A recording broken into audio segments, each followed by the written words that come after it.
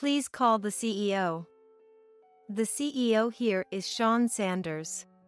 I repeated my husband's name, Sean.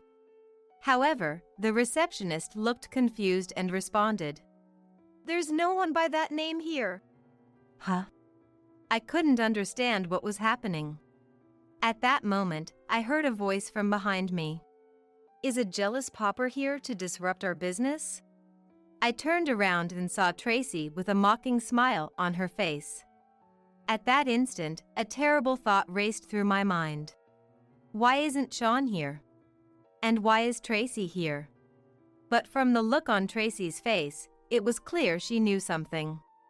If Tracy had orchestrated all of this, it would be unforgivable. If she was just teasing me, I could still laugh it off. But what happened yesterday was beyond acceptable. It's not something society can tolerate. I clenched my hands tightly with all my strength. My name is Virginia Sanders. I'm 28 years old, working as a clerk in a small company. I've been with the company for 10 years since I graduated high school, and I'm quite attached to it. However, a few months ago, I planned to quit my job. The reason is I got married. But my husband, Sean, had just started his own company. Our income was unstable, and we didn't have much savings. So, I reluctantly decided to continue working. Of course, I believe in Sean. But it's not like I'm without worries. Sean often doesn't come home because he's so busy with work. And the money he brings home is very little. If we work hard now, we'll surely be happy someday, right? I dream of those happy days and continue to work hard every day. The reason I long for such happy days is partly because of the environment I grew up in. That said, my family wasn't unhappy. In fact, I think I was happy. But not everyone feels the same way I do. I've actually been teased like this before. Your family is a single-parent household, right? Yes, but what about it? Then you must be poor. That's why you always wear dirty clothes. My classmate, Tracy, laughed out loud. I was furious. Yes, we're a single-parent household, but we're not poor. My mom has a good job. My dad died of an illness when I was young. So it's true that my family was a single-parent household. But my mom worked as a full-time employee at an insurance company, and I had a part-time job after school.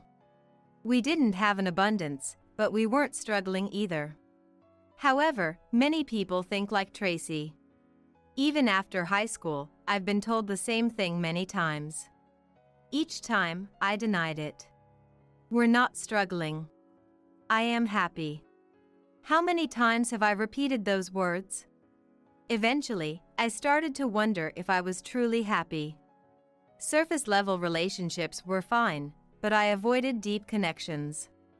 Deep relationships inevitably lead to discussions about family. I decided to just go along with everyone else. That way, I could live peacefully. In the end, I continued my adult life with only superficial relationships. But living like that, I couldn't make trusted friends or find a partner. On the other hand, like everyone else, I also want to get married and be happy. The conflict continued inside me. It was during such a time. As I was about to stop by a convenience store on my way back from work, a stranger called out to me. "Excuse me, may I ask you something?" "Around here." Listening to the man, it seemed he was looking for a building where his client's office was located. But it wasn't a particularly complicated area. With a map on his mobile phone, he should be able to find it. I tilted my head but displayed the surrounding map on my phone. "Well, here's the current location," I explained politely, pointing out directions. Before long, the man seemed to understand the way. "Oh, I see. Thank you very much." "No, it's nothing." "Oh, wait a moment. I'm actually..." The man handed me a business card. It had Sean Sanders written on it. Mr. Sanders? What? The CEO? Yes, I run an IT company. That was my first encounter with Sean. After that, he invited me to dinner as a thank you. Usually, I would have declined. But he kept bowing his head, so I couldn't refuse. Reluctantly, I ended up going to dinner with Sean. But during that dinner, I found myself liking Sean. Maybe because his attitude didn't change even after hearing that I grew up in a single-parent household. Did you have a tough time growing up? People often asked that question. But Sean didn't mind. He talked about his hobbies and other personal stories. I found that comforting. In retrospect, people around me were just worried about me. But I didn't realize it. I might have become twisted after the incident with Tracy. Anyway, I feel I did something wrong to those around me. From now on, I will face people around me sincerely. Meeting Sean made me feel that way. That was about 2 years ago. After that, I started dating Sean. He was the one who gave me a chance to change. I wanted to cherish my relationship with Sean. That's why I was dating him with marriage in mind. However, when I introduced Sean to my mom, she didn't seem to be pleased. I'm not against your relationship, but think carefully before getting married. That's all she said. I didn't know what she didn't like about Sean. Maybe she's worried because I just started my company? Is that so? If we work hard together, she'll understand. Let's wait to get married until then. Mom's opposition made me feel we couldn't get married. That feeling grew stronger. But I didn't want to get married by going against Mom's wishes. How long should I think about it? I kept worrying alone. It's not something I could easily consult others about. I wished I had a close friend at times like these. I should have been more social. Sean was the only person I could talk to. But Sean was often busy with work and rarely home. Sometimes, I want to talk face to face instead of on the phone. Sorry, work is really busy. I'm staying overnight at the office again today. When can we meet next? Sean was silent at my words. No answer was coming. I understand he's busy with work, but I also want him to value me. I puffed out my cheeks, thinking that. It was at that time. Because of my work schedule, I can't promise when we can meet. So, how about we live together? Live together? If we live together, we can see each other whenever I come home, right? I widened my eyes at Sean's words. It goes without saying that I nodded with great delight. After that, we started living together. Of course, I also reported this to Mom via email.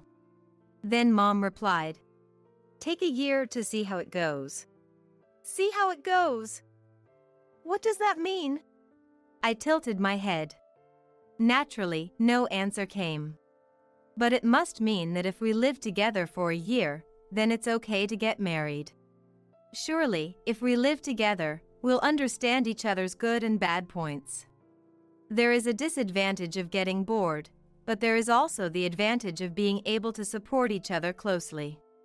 There are many people who regret getting married and thinking it wasn't supposed to be like this. Living together can prevent that, I think. It's just a year to endure, I thought, and I started living with Sean. However, once we started living together, I began to notice only Sean's bad parts. First of all, because his income is unstable, he doesn't contribute money to the household. So, the living expenses came out of my salary. However, there is a part of this that can't be helped. When the company gets on track, the income will stabilize. Until then, please bear with it. Sean says so, and I think he's right. So, I kept enduring it, thinking it's just for now. But, there are other things that bother me. What bothers me the most is that he doesn't do any housework. Cleaning, laundry, he doesn't do anything around the house. How did he live alone like this? Cooking can be managed by eating out, but you can't avoid laundry and cleaning. Now, I'm doing it for you, but how did you manage before? Oh, I hired services, various ways. It's so vague, I was really appalled. Mom might have seen through these parts. I thought so, just a little. But it's something I can do for him. I won't dislike Sean for something like this. Thinking that, I handled both work and housework. And then, about a year passed. A letter arrived for me. It was an invitation to a high school reunion. Apparently, one of my classmates got married. So, to celebrate that, they decided to have a reunion. So, can I go?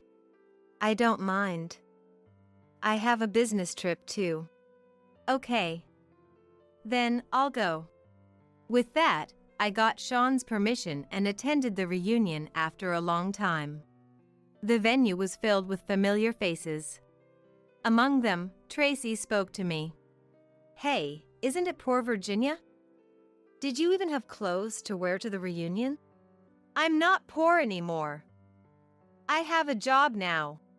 A job? Oh, right. A girl like you couldn't get married, right? Tracy laughed in her high-pitched voice. What does she mean? I felt irritated. I clenched my teeth and glared at Tracy. Then, noticing my gaze, Tracy asked, What? Do you have anything to say? Being alone suits you. I'm alone now, but I plan to get married someday. I'm living with someone now. I replied, not averting my eyes from Tracy. The old me would have just managed to ignore her. I don't want to be teased like before. With that determination, I stared at Tracy. What? Marriage? Living together? Is that true? It's true. Should I show you a picture of him? You're being deceived, aren't you? Why would someone like him love poor you? Tracy asked, laughing. I pouted as I glared at her. He's not like that. He's different from you. Humph. It would be nice if that were true. I can see you crying, being deceived. Tracy's words were deeply infuriating. Since then, I continued to ignore Tracy's words. However, it was true that her remarks planted a seed of doubt in my mind. When Mom voiced her opposition to the marriage, Sean didn't push back. Normally, in such situations, wouldn't one argue their case or assure their love? At the very least, saying something like "please watch over us" would leave a better impression. But Sean said nothing. In fact, he seemed almost relieved. Could it be, as Tracy said? Maybe Sean didn't intend to marry me. His refusal to do any housework was a sign. By doing nothing, he was pushing me away. If I lost patience and left him, he could avoid confrontation. Perhaps that was his plan. Once I started thinking this way, I couldn't sit still. I left the reunion early and rushed home. After a while, Sean came back. Welcome back. I need to talk to you. What's up? How was the reunion?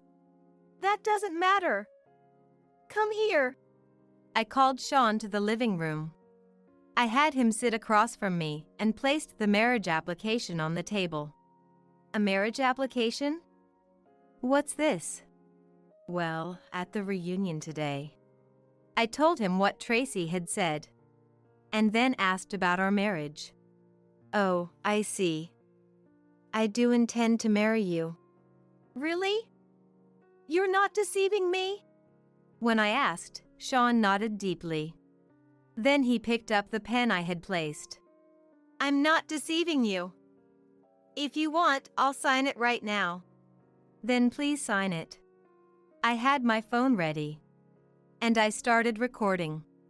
But are you sure about Sabrina? Have you come to terms with that? We've been living together for nearly a year. I had endured for a year, and Mom would understand. That was what I believed. Sigh. If you're okay with it, then I am too. With those words, Sean began to sign. I recorded the whole thing. After he finished, he handed me the pen. Now you sign it and submit it tomorrow. What about you? Sorry, I can't make it because of work. But you'll feel better submitting it yourself, right? He didn't want it to seem like he was hiding the marriage application. This was his way of showing his all. That's how he said it. Tears began to fill my eyes. Thank you. It's okay. Here, give me the phone. I'll record the rest for you. I handed him the phone and took the pen. While he filmed, I signed the marriage application. The next day, I went alone to the office to submit it. After it was accepted, I called Sean to report. It went to voicemail, but I left a message. Sean called back an hour later. I just submitted it. I won't be home tonight because of work, but thanks. Also, let Sabrina know. Oh, okay. That's fine. I'm heading to work now. I took the morning off to submit the application. I also needed to report the marriage to my office. There's so much to do. I braced myself and headed to work. Afterward, I worked as usual. Since I took the morning off, I ended up leaving later than usual. It's late. I need to hurry home. Since it was later than usual, there were fewer people around. Feeling a bit uneasy, I hurried home. As I turned from the main street into the residential area, I suddenly felt someone behind me. However, when I turned around, no one was there. Something is off. I tried to run instinctively. At that moment, I felt a strong impact on my back. Ouch! Unable to withstand it, I fell to the ground. Just as I was about to lift my head, something rod-like was coming towards me. Instinctively, I protected my face with both hands. Bang! With a strong impact, I was blown away. At the same time, I heard my phone clattering and rolling away. Huh? Was I hit? That was my immediate thought as I screamed out. Someone! Help me! Startled by my loud voice, the presence in front of me retreated. When I opened my eyes slightly, I barely saw the back of a woman running away. What just happened? A thief! I hugged myself with trembling hands. Someone passing by called the police for me. Soon, the police arrived. An ambulance also came, and the area was in an uproar. Did they take anything? Like your wallet? My wallet is safe. But my phone? I answered in a trembling voice. My wallet was in my bag, so it was safe. But I had my phone in my hand for security reasons. That turned out to be a mistake. I had intended to call the police in case of an emergency. I had been confident, but look at me now. I felt so pathetic that I started crying. The police officer kindly comforted me. Although my injuries weren't serious, I went to the hospital just in case. After treatment, I was questioned by the police again. However, I had no idea who the attacker was. The police said it was probably a random crime. I was terrified. Shall we contact your family? Oh, but I don't have their numbers. Since my phone was taken, I couldn't contact Sean. In the end, I took a taxi back to my parents' house. I was too scared to be alone.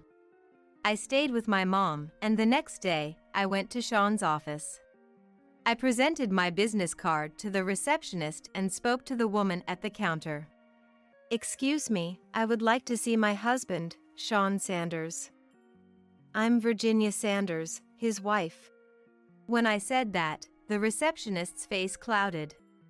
After thinking for a moment, she hesitantly told me, I'm sorry, but could you please tell me your name again? Please call the CEO. Sean Sanders, who works here as the CEO. I mentioned Sean's name again. However, the receptionist replied with confusion. There's no one by that name here. Huh? I couldn't understand what was going on. At that moment, I heard a voice from behind. Is a jealous pauper here to disrupt our business? I turned around and saw Tracy with a sarcastic smile. In that moment, a horrifying thought crossed my mind. Why isn't Sean here? And why is Tracy here? From the look on her face, it was clear she knew something. If Tracy had orchestrated all of this, it was absolutely unforgivable. If she was just mocking me, I could have laughed it off. But yesterday's incident was too much. It was something society could never forgive. I clenched my fists tightly. However, nothing was certain yet.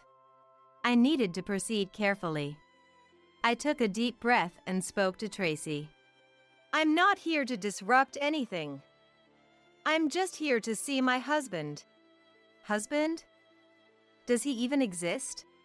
Tracy laughed loudly. I held back and responded. He does exist. His name is Sean Sanders.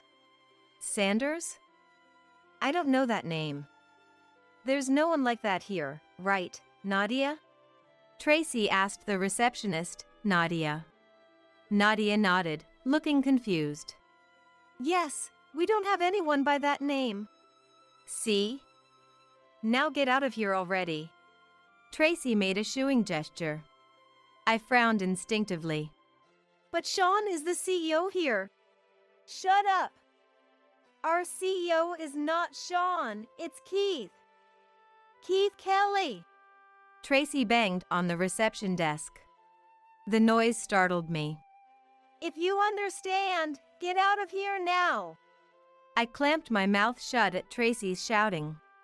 There was no point in arguing any further. And since the woman called Nadia didn't deny it, Tracy's words were probably true. All right, but just tell me one thing. Huh? I don't want to tell anything to a poor person like you. Tracy grimaced. I looked down, almost whispering. Why are you here? I'm an employee here, the CEO's secretary. And soon, I'll be the CEO's wife, unlike you, a real one.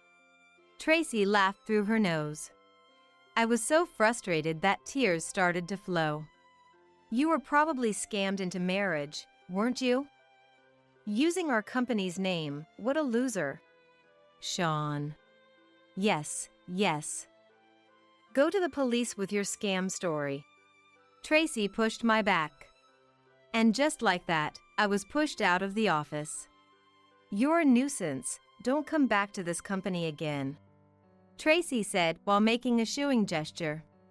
I didn't have the energy to argue back anymore. I left the office, feeling defeated. As I walked away, I mumbled to myself, "What on earth is going on?" My cell phone was gone, so I couldn't even call Sean. Feeling lost, I wandered to a nearby park and sat there, staring blankly. What should I do now? I couldn't think of anything. As I sat there, someone suddenly spoke to me. Excuse me, Mrs. Gray. I mean, Mrs. Virginia Sanders, right? I looked up and saw Nadia, the receptionist, standing there. Can we talk for a bit? Nadia offered me a can of coffee. As I accepted, I nodded slightly. Yes. Earlier, I said there was no such person, but I actually remembered someone. With a thoughtful look, Nadia began to speak. This is what she said. The CEO of the company where Nadia works is indeed Keith Kelly. However, apart from Keith and Tracy, there is a high turnover rate in the company. Their business practices are exploitative. Overtime without pay is the norm, and working on weekends is also common.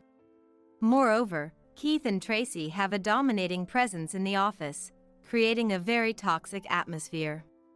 Naturally, employees quickly leave, and the company is constantly short-staffed. So, they rely heavily on temporary workers. I see, I said, but it wasn't hard to imagine. Tracy's overbearing attitude has always been the same. And her disdain for others hasn't changed either. If she is to become the next CEO's wife, she probably acts like this all the time. I sighed in exasperation. Then, Nadia turned to face me. And here's the problem, there was a temp worker named Sanders. Nadia continued her story. It was about 2 years ago, when Nadia had just joined the company after graduating. At that time, the company had just been established, and there were many full-time employees. But due to the bad behavior of Keith and Tracy, the number of employees quickly dwindled. So, they brought in temp workers, and one of them was a man named Sanders. He was a serious person, but it seems he quit after about 6 months. I didn't know his name, so I just looked at some old data. Could it be? Yes. That person's name was Sean Sanders. I was stunned by Nadia's words. I realized that Tracy's company had a connection with Sean Sanders. This meant that Tracy might be involved in this situation. It turns out my bad premonition was correct. I was about to lose my composure. But there was still hope. For instance, this is what I thought. I met Sean about 2 years ago. At that time, Sean Sanders was working at Nadia's company. In other words, my husband Sean didn't want to admit he was just an employee, so he pretended to be the boss. But he soon quit the company. So he couldn't tell me the truth. Thinking back, it's understandable why Sean didn't do anything when Mom was against our marriage. He might have thought he wasn't good enough for me at that moment. He probably wanted to find a job and then get married. But this is just a convenient story for me. There is another scenario in my mind. It's the worst story. About 2 years ago, Tracy, wanting to make fun of me, came up with this scheme with someone. They created a fictional character and arranged for me to marry him. Thinking this way, many things make sense. The fact that Sean didn't come home or do any housework is all understandable. He was mocking me, so it's natural. However, things took a turn for the worst. It was when I pressured Sean into marrying me. Feeling cornered, Sean disappeared from my life. I told this story to Nadia. At that moment, Nadia loudly denied it. But that's strange. Because your marriage application was accepted, right? Yes. If that's the case, the details in the application must be true. Now that you mention it, that's right. If I had written something incorrect in the marriage application, it wouldn't have been accepted. The marriage application I submitted was definitely accepted. This means the details written there were true. The marriage application includes sections for current address, birthplace, and so on. If false information is written, it wouldn't be accepted. Then, the details on that marriage application are. We might be able to trace him from there. Oh, but you already submitted it, right? Nadia sighed and slumped her shoulders. But I saw hope. Because I had a copy of the marriage application.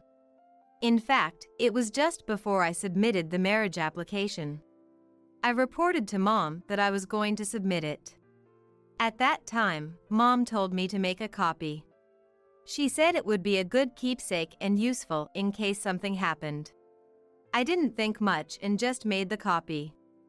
I have it. I took out the copied marriage application from my bag. Nadia's face lit up when she saw it. Amazing! Then we might be able to do something with this. Yes, that's right. And can I ask you a favor, Nadia? I asked Nadia for a favor. Nadia willingly agreed to help. This will work out somehow. Just wait, I won't forgive you. I made up my mind to take revenge on Tracy. After that, I proceeded with various preparations behind the scenes. Of course, it was to take revenge on Tracy and the others. I needed to gather the necessary evidence and find allies. As I progressed with the preparations, Mom's presence always came to mind at crucial moments. Not only with the marriage application, but her advice in the past helped me overcome many problems. Thanks to Mom's advice, I was able to obtain the evidence safely. There were so many times like this that I couldn't help but feel indebted to Mom. I should have listened to Mom more seriously. If I had, I wouldn't have hastily submitted that marriage application, and none of this would have happened. I deeply regret it, but there are more important things to focus on right now. I dedicated myself to that. A few weeks passed by.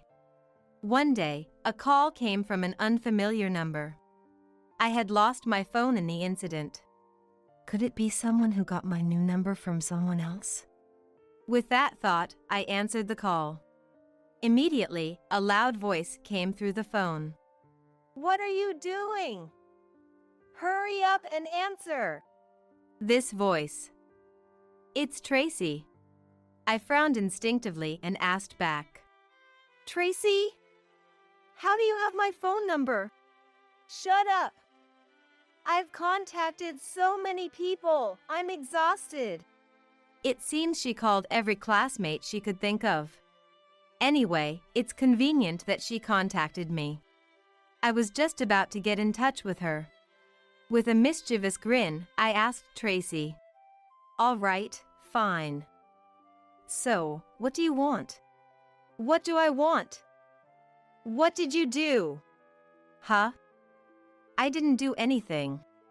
Even though I wasn't playing dumb, Tracy raised her voice in frustration. Huh? You did nothing. Don't lie. Then why is my company struggling? That's the CEO's problem. Telling me won't change anything. At that point, Tracy cut me off, yelling. Everyone mentioned your name. They said I treated you terribly. That's true, isn't it? I did nothing. You were the one who got scammed into a fake marriage. Startled by Tracy's shouting, I instinctively moved my phone away. Even so, I continued talking. But you orchestrated it, didn't you? So it's something you did, isn't it? Huh? I didn't do anything. Oh? Really? I have proof. When I said that, Tracy hesitated for a moment. But then she raised her voice again, trying to intimidate me. Proof? Where would you get something like that? It's a hassle, but I'll explain from the beginning. With that preamble, I started recounting the events of the past few weeks. First, right after Tracy kicked me out of the company. I was in the park when Nadia came after me. Talking with Nadia, I realized the clue was in the copy of the marriage application. After parting with Nadia, I traced the birthplace listed on the marriage application to find a man named Sean Sanders. Of course, with the birthplace known, finding what appeared to be Sean's family home was easy. Using an online map, I went to that place. But what I found there was a large mansion. Sean Sanders had said he was a temp worker. Such a mansion seemed out of place for someone like that. Maybe he was an entirely different person. Just as I thought that. A person who seemed to be a servant peeked out from inside the mansion, probably suspicious of me lingering around. Excuse me. Actually. Realizing I was being suspicious, I spoke before they could. I don't quite remember what happened next. But when I came to, Sean Sanders was standing in front of me. A completely different person from who I knew. He seemed serious and very composed. Someone apparently impersonated me. Could you tell me more about it? Sean's first words were those. Though a bit scared, I showed him a copy of the marriage application. The other day, I submitted this marriage application. I began to talk about how I had been dating someone named Sean Sanders. I also added that I had married him. Moreover, I carefully explained that the marriage application was written in his own handwriting. I see. I don't know who he is, but he made me his enemy. Oh, probably. I continued, thinking that it was likely that someone from Nadia's company, Tracy, had leaked personal information. At that moment, Sean's expression changed. Then, with a frown, he said, "That woman, she was trying to ruin me." "Trying to ruin you?" "Yeah, she looked down on me because I was a temp worker and said all sorts of things." Sean looked quite angry. From just that, I could understand how Tracy had treated him. As I was thinking about this, Sean said, "I'll get a lawyer, so please cooperate. Let's make her pay together." Yes! This is how I gained an ally in the real Sean Sanders. After that, it was simple. The lawyer took care of everything. Everything I was trying to do myself, the lawyer did it all for me. I stopped talking after explaining all this to Tracy. Then I told her, "After explaining this much, you understand now, right? We also found the woman who hit me." Huh? What are you talking about? It's no use playing dumb. You ordered her to snatch my mobile phone, didn't you? A few days before this call, I received a contact from the lawyer. When I went to the law office, there was a woman there. "Who are you?" "My name is Megan Howard. I'm truly sorry for what happened the other day." Megan confessed everything she had done to me. Megan is a housewife, but she sometimes works part-time at a supermarket. There, Megan got into trouble with a troublesome customer. The customer accused her of miscalculating the bill. Of course, it didn't matter if it was true or not. The problem was the customer causing a scene at the store. Megan and the manager managed to calm the customer down, but the customer's anger did not subside.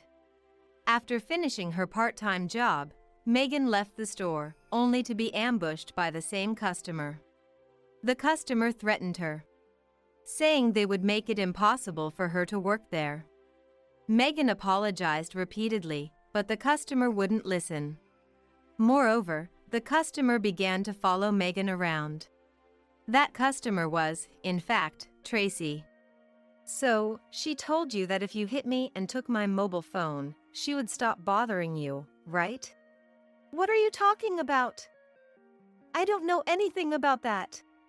"You can play dumb if you want, but we've already submitted that testimony to the police." When I told her that, Tracy began to panic visibly. "Huh? Why? If you do that, you'll get arrested too."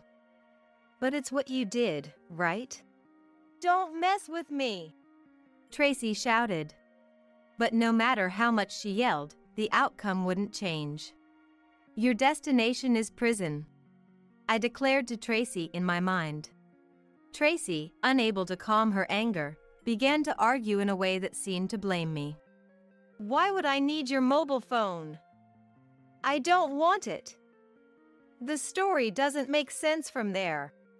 "Right. You didn't want the mobile phone. You wanted the data inside it, didn't you?" "What? Data?" Yes, what Tracy wanted was the data from my mobile phone. A video of when the marriage application was being written. The marriage application had been submitted under my name and Sean's name. But it was I who submitted it. So if they said it was forged, I would be the only one to bear the blame. However, if it could be proven that I was deceived into submitting it and that someone else filled out the application, what then? The person who filled it out had forged Sean's name. Forging a name on a document is a serious offense, while submitting the marriage application without permission is also a crime. If I can prove that I was deceived, I might avoid punishment. The crucial point is that someone had written Sean's name on the marriage application without permission. Proving that is what matters. And the proof lies in that video. In other words, the video of the person pretending to be Sean writing the marriage application in front of me is significant evidence. You wanted that, didn't you? To protect the person pretending to be Sean. What? I don't know what you're talking about. It has nothing to do with me. Tracy blustered. But she didn't have her usual confidence. There was a weak, cornered look about her. Just give up already. I know it was your company's CEO who deceived me. What? Tracy was at a loss for words. But it was only a matter of time before the truth came out. I had been meeting with a lawyer to corner Tracy. In those meetings, the lawyer had shown me files on the people involved. Naturally, those files included photos of Tracy's boyfriend. The CEO she mentioned, Keith Kelly. When I saw the photo, I gasped. The person I had always thought was Sean Sanders was in the photo. It all clicked into place. Tracy had used her boyfriend to deceive me. She had fun pretending her lover Keith was Sean Sanders and fooling me all along. However, there was one mistake. Keith, pretending to be Sean, wrote the marriage application. Keith seemed to believe that if his identity remained undiscovered, I would be blamed for everything. But the fact that I had recorded a video changed everything. The video was irrefutable evidence, and now they faced charges of forging the marriage application. Tracy might have been able to deny everything up to this point. But Tracy was the one who incited Keith. If Keith got scared and slipped up, Tracy would definitely be implicated. Desperate, Tracy had used Megan to steal my mobile phone. Isn't that right? So what if it is? You don't have any proof. That video, does it even exist? Isn't it just your imagination? Tracy retorted quickly. Indeed, my mobile phone had been taken. Tracy was confident because she had my mobile phone in her possession. But she was making one crucial mistake. She thought there was only one copy of the video. You see, my mom always told me, always back up important things. With that advice in mind, I had made a copy of the marriage application. Of course, I also backed up the video and the photos of Keith pretending to be Sean. No, then. Your efforts were in vain. All you did was add to your crimes. As I said that, I heard a loud knocking on the door through the phone. And then the voice shouting, "Police! Open up." It seems that Tracy has been caught as well. Reflect on your actions, you brought this upon yourself. I muttered those words as I hung up the phone. Afterwards, I heard that Tracy was arrested for instigating the assault on me. Meanwhile, Megan was also charged. However, I'm considering a settlement with her. Otherwise, Megan would be too pitiful. In a way, Megan is also a victim of Tracy. Moreover, Keith, who was impersonating Sean under Tracy's instructions, was also arrested. Needless to say, his charges include forgery of marriage documents. But it was all orchestrated by Tracy. The forgery of marriage documents was also likely under Tracy's orders. Though it's still under suspicion, the police investigation will reveal the truth eventually. In fact, Tracy is being rigorously questioned about these matters as well. But the story doesn't end there. Apparently, the two of them have been sued by others as well. Right after Tracy and Keith were arrested, several people filed civil lawsuits against them. I don't know much about these people, but I heard most of them were former employees of Keith's company. Apparently, Keith and Tracy had been abusing multiple employees during work hours. Medical certificates have also been submitted, so there's no doubt about it. Of course, I was planning to pursue them as well. I even asked Nadia to gather evidence. That will surely come in handy. In any case, judgment awaits them. They now face both civil and criminal trials. There are numerous civil cases, so it looks like they'll be overwhelmed with court dates. This entire incident was led by Tracy.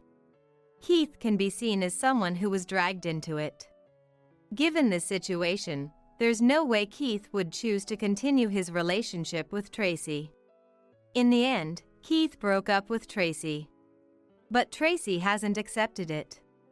They're both standing their ground, so they might end up in court over this as well. Whatever it is, it's a result of their own making. In any case, they have to take responsibility for their actions.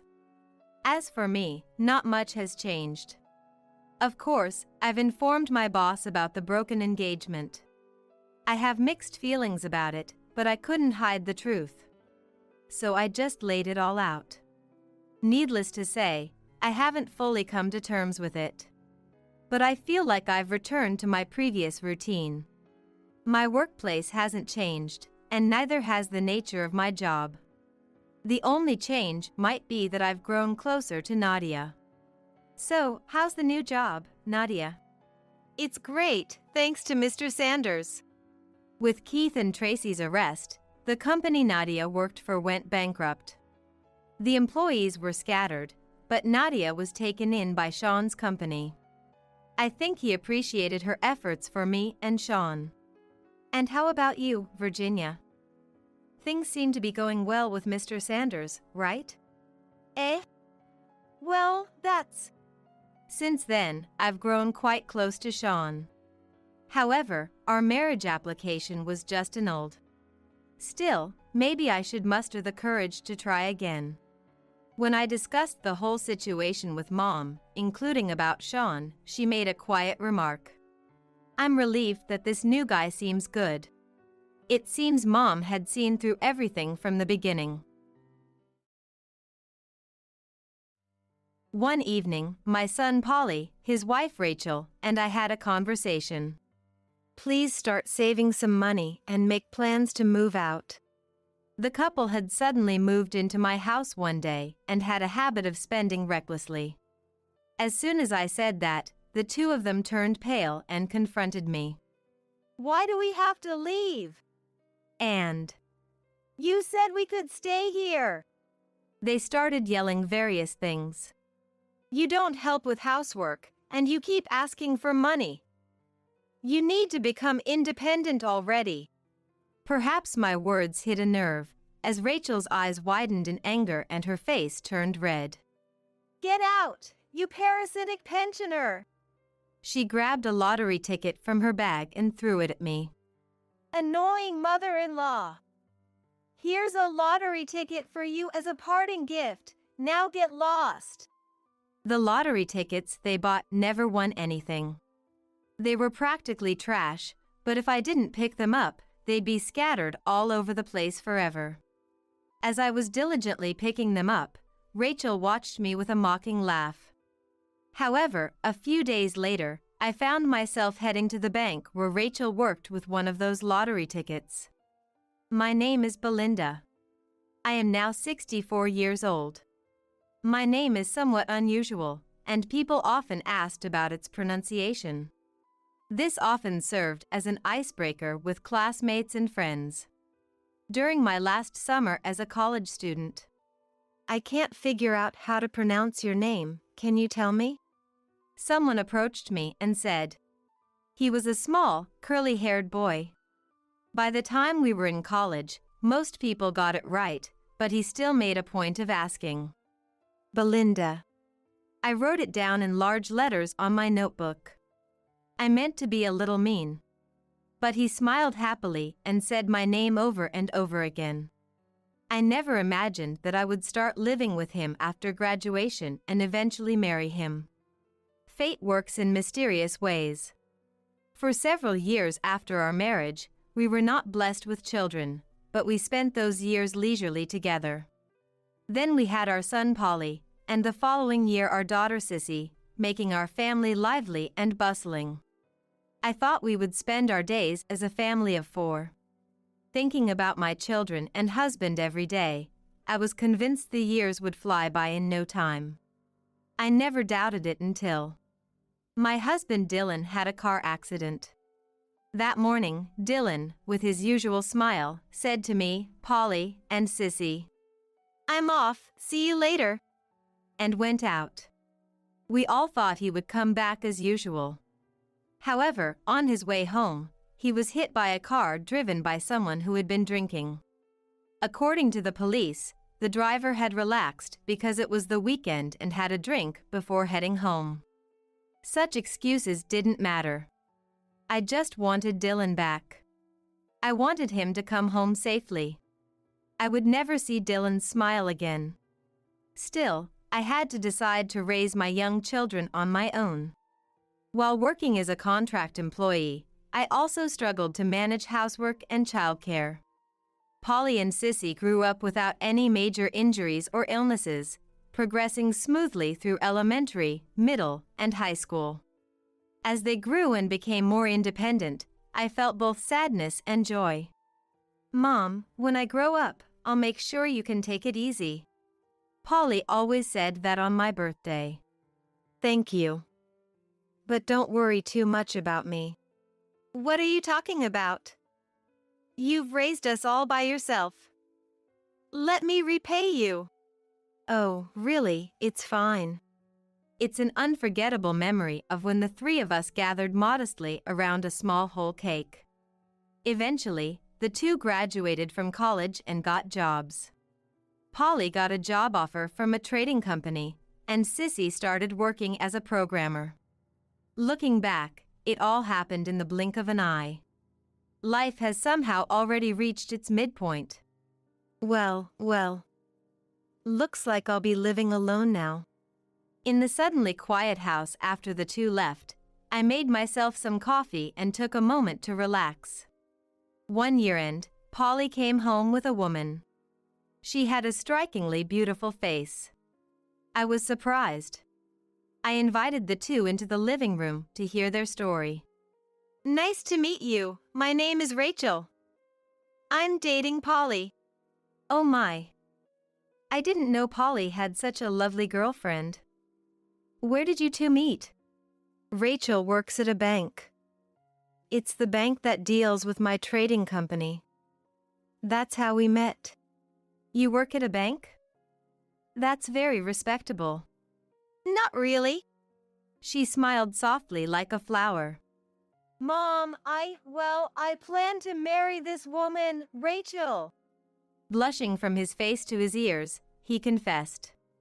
I saw his father in him and smiled. "Polly, you really are just like your father." "What?" "He also blushed like that when he proposed to me." "Really?" "Yes." "Rachel, please take good care of Polly." "Likewise, I am happy to be your family." She also blushed shyly and said. Watching the 2 of them, so young and innocent, I blessed them warmly. After they had their wedding, I noticed that Rachel's behavior started to change. When they occasionally visited together, she would act coldly or ignore me.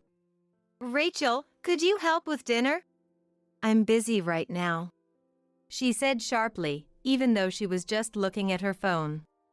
When Sissy came home after a long time, Rachel was also harsh to her. "So, Sissy, you're a programmer?" "Huh? Yeah. "Isn't that a really boring job?" "But it's very fulfilling." "Well, it's fine, but Sissy, you're so plain that I feel embarrassed to tell my friends about you," Rachel said while looking at her well-manicured nails.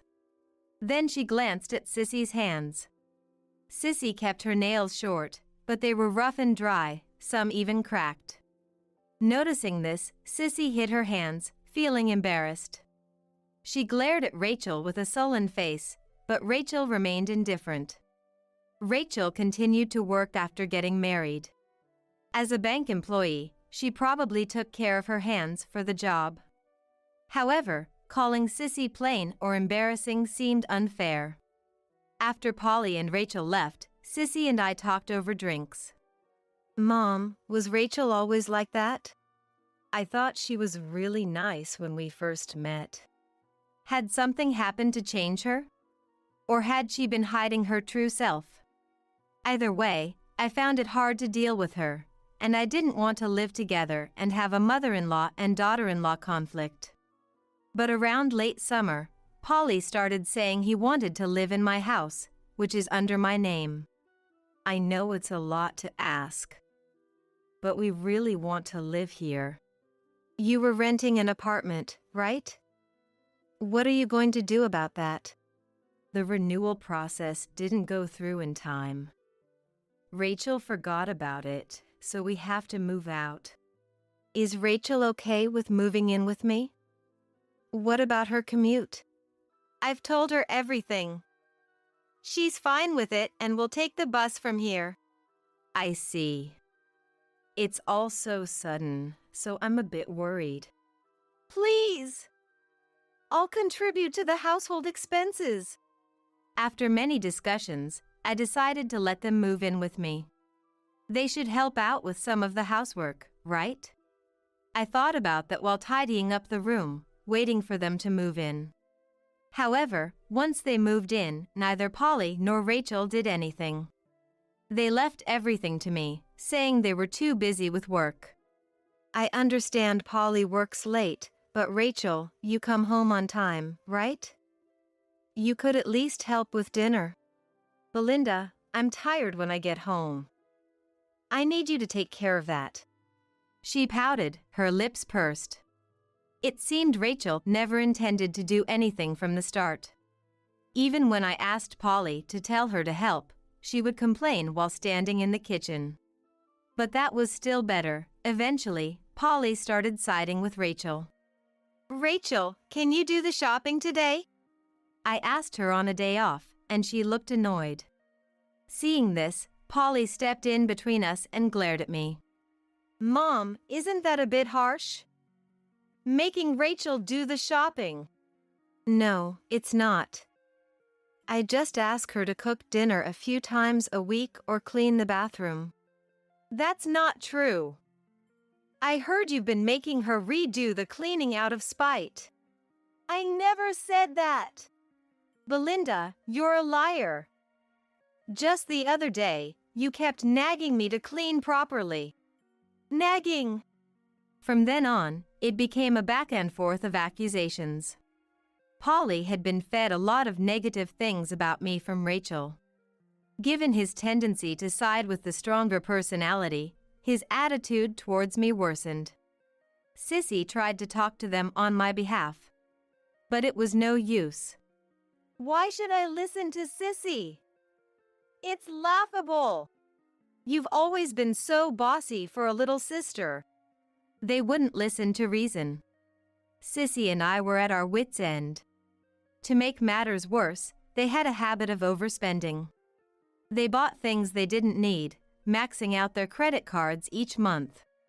They also loved eating out, often going to expensive restaurants and drinking. They even resorted to installment payments, and their debt kept growing. Mom, I'm sorry. Could you cover this just once? All right, just this once. They asked so earnestly, I couldn't refuse and covered their expenses. This became a habit, and they repeatedly asked me to cover their bills.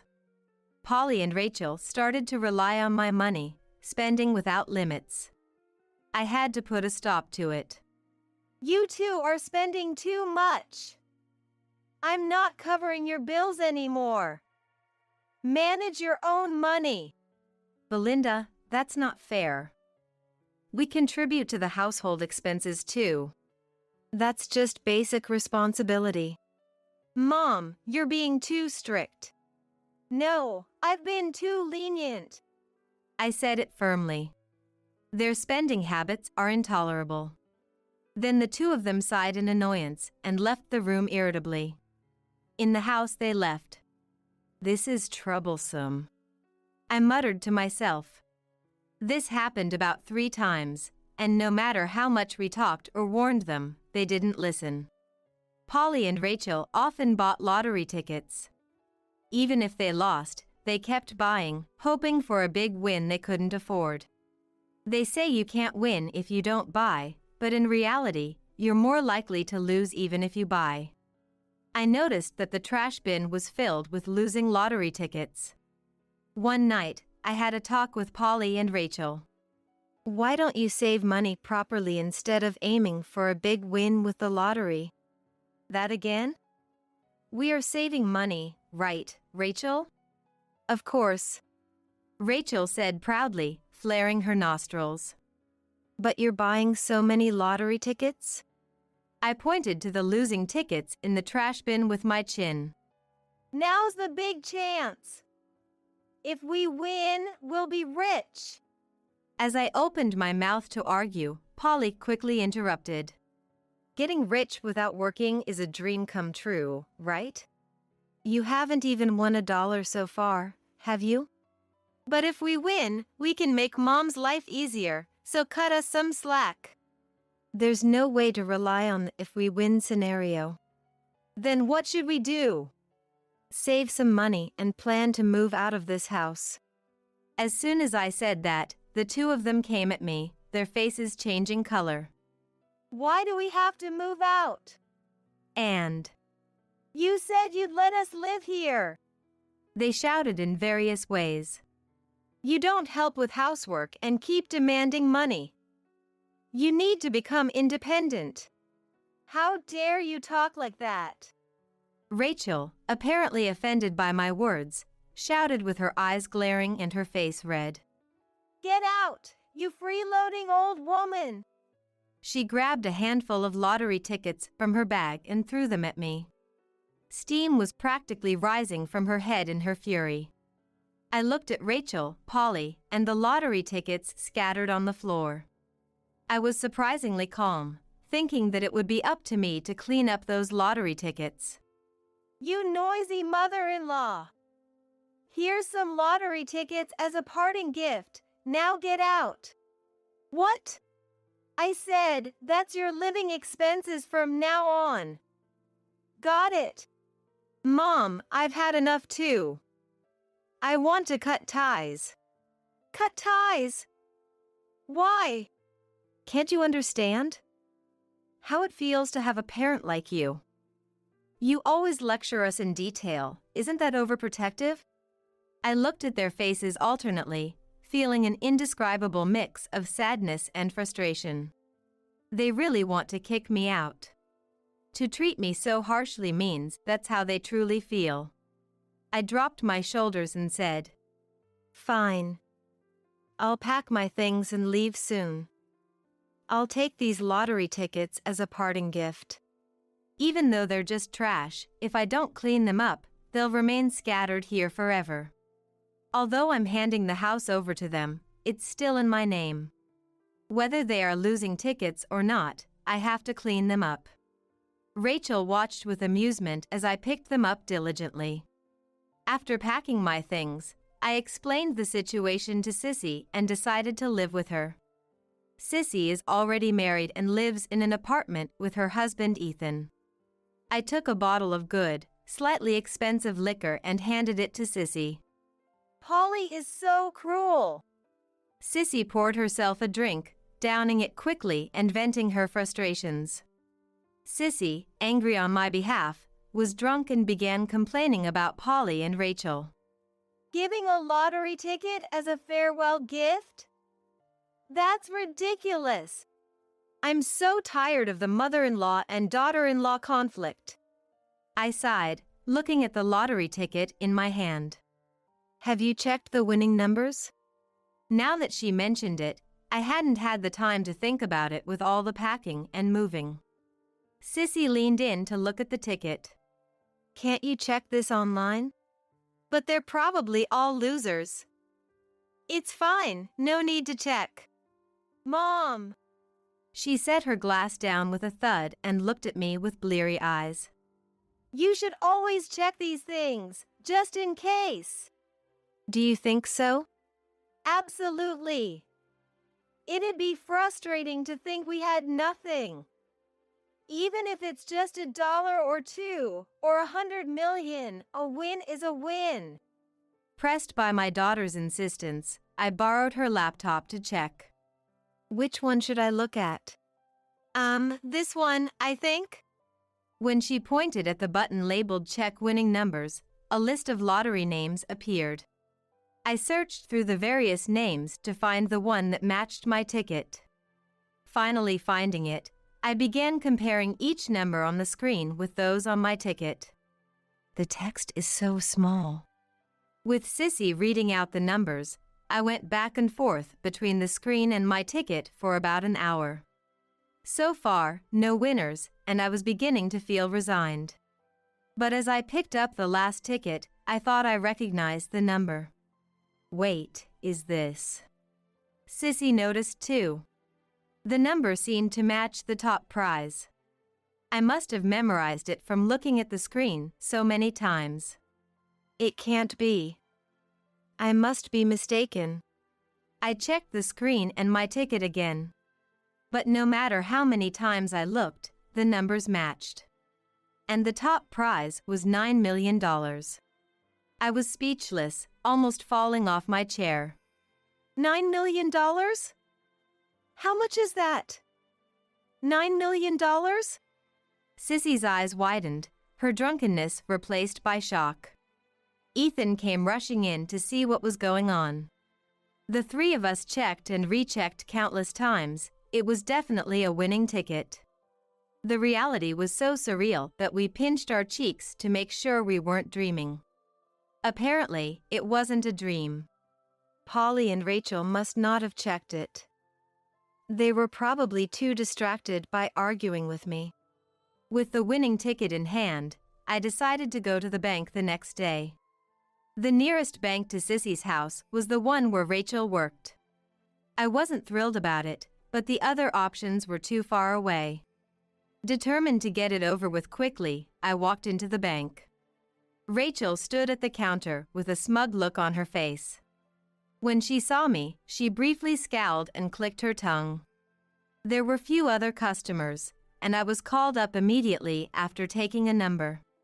What do you want, Belinda? Here to beg for reconciliation like a parasite? She laughed mockingly. I showed her the lottery ticket.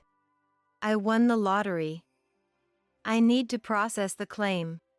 A win? One of the tickets you gave me as a farewell gift hit the jackpot. $9 million. I need you to process it. Belinda, have you finally lost it? I won't fall for such a lie. It's not a lie. Please check it properly. Even though I know it's a lie. Rachel took the lottery ticket I showed and went to her boss. A few minutes later, the boss came rushing over in a fluster. I sincerely apologize for the earlier misunderstanding. He quickly led me to a room in the back. Seeing this, Rachel's face turned pale, realizing something serious was going on. What? It was true. I heard her mutter in disbelief. As we proceeded with the formalities in a separate room, the door suddenly opened. Both the boss and I turned to see who it was, and it was Rachel, storming in. Give back that lottery ticket. It was originally mine. She shouted as she grabbed onto me. I was stunned. But, of course, the boss pulled Rachel away from me. What do you think you're doing? Stop making false accusations.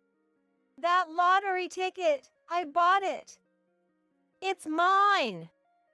That's my $9 million. But you gave it to me as a farewell gift, didn't you? And considering your poor conduct earlier, you should reflect on your actions. Rachel, looking both resentful and regretful, shouted something as she was escorted out by other bank staff. In the now quiet room, I finished the formalities. As I was leaving the bank, the boss deeply apologized. I'm deeply sorry for my subordinate's rudeness. I will make sure she understands her mistake. Oh, don't worry about it. I hope she improves her attitude a bit. Indeed. Please continue to favor us with your patronage. The boss kept greeting politely until I was out of sight. Due to the large amount, the money transfer to my account would take some time. I considered buying another house with that money and moving there. It's not good to keep relying on Sissy, and it's more than enough for living expenses. I thought about possibly moving to a rural area in another state, and my dreams kept growing. When I got home and was discussing this with Sissy, I received a call on my mobile phone. It was from Polly. I hesitated, sensing something bad. He probably heard about the $9 million win from Rachel and planned to ask me for money. Sissy seemed to think the same and shook her head silently. Don't answer it. Her eyes were telling me that. After a while, the ringing stopped. I thought it was over, but after a few tens of minutes, the phone rang again. I decided to ignore it, but eventually, I answered. Mom? Hey, did you really win $9 million? It's true. So what? That lottery ticket, I bought it. It's not right to take it from me. I deserve the $9 million. I sighed, knowing it would come to this. But you gave it to me as a farewell gift, didn't you? It's not right to take away my living expenses. We need living expenses too. And we cut ties already. What do you want now? Mom, I meant that as a joke. I don't care. I won't give you the money. After all you've done, a joke isn't going to fix anything. That's not fair, Mom. Are you listening? Mom. I hung up the call without saying another word. It was the son and his wife who decided to cut ties and kick me out. Answering the phone felt pointless, so I ignored the subsequent calls. I thought they would give up, but a few days later, they showed up at Sissy's house. On the screen of the camera-equipped doorbell, I saw them banging on the door. Mom, Sissy! Open the door! This is unacceptable. Come out, you thief! Calling me a thief was incredibly rude. Even though I told them to stop yelling through the doorbell, they just kept getting louder. What should we do? Then Sissy brought her husband Ethan over. Leave it to Ethan. What? Ethan is a lawyer. He's strong in situations like this. I was skeptical, but Ethan adjusted his round, black-rimmed glasses and said, Leave it to me. He went outside. Watching through the doorbell camera, I saw Polly and Rachel yelling. I could hear Ethan's voice responding. Violence is not acceptable. Please leave. Get out of the way! We need to talk to Mom. That's not possible. Making a scene will disturb the neighbors. You're causing this by not bringing Belinda out. Belinda refuses to come out. Besides, you have no right to take or claim the $9 million prize. You gave up the ticket. Stop talking nonsense. Yeah, Mom, we know you can hear us. Open up. If you keep this up, I'll call the police. Ignoring Ethan's warning, the two continued to cause a commotion. When they tried to force the door open, Ethan intervened, and Rachel slapped him. Polly grabbed Ethan by the collar, looking like he was about to punch him. I couldn't take it anymore. I called the police and asked them to come immediately. Sissy also contacted the apartment management office to inform the police. Fortunately, a police station was nearby, and within about 5 minutes, 2 or 3 officers arrived. Polly and Rachel struggled and tried to flee but were quickly subdued. Even then, their shouting continued from beyond the door, gradually fading as they were taken away. The front door opened, and Ethan walked in slowly.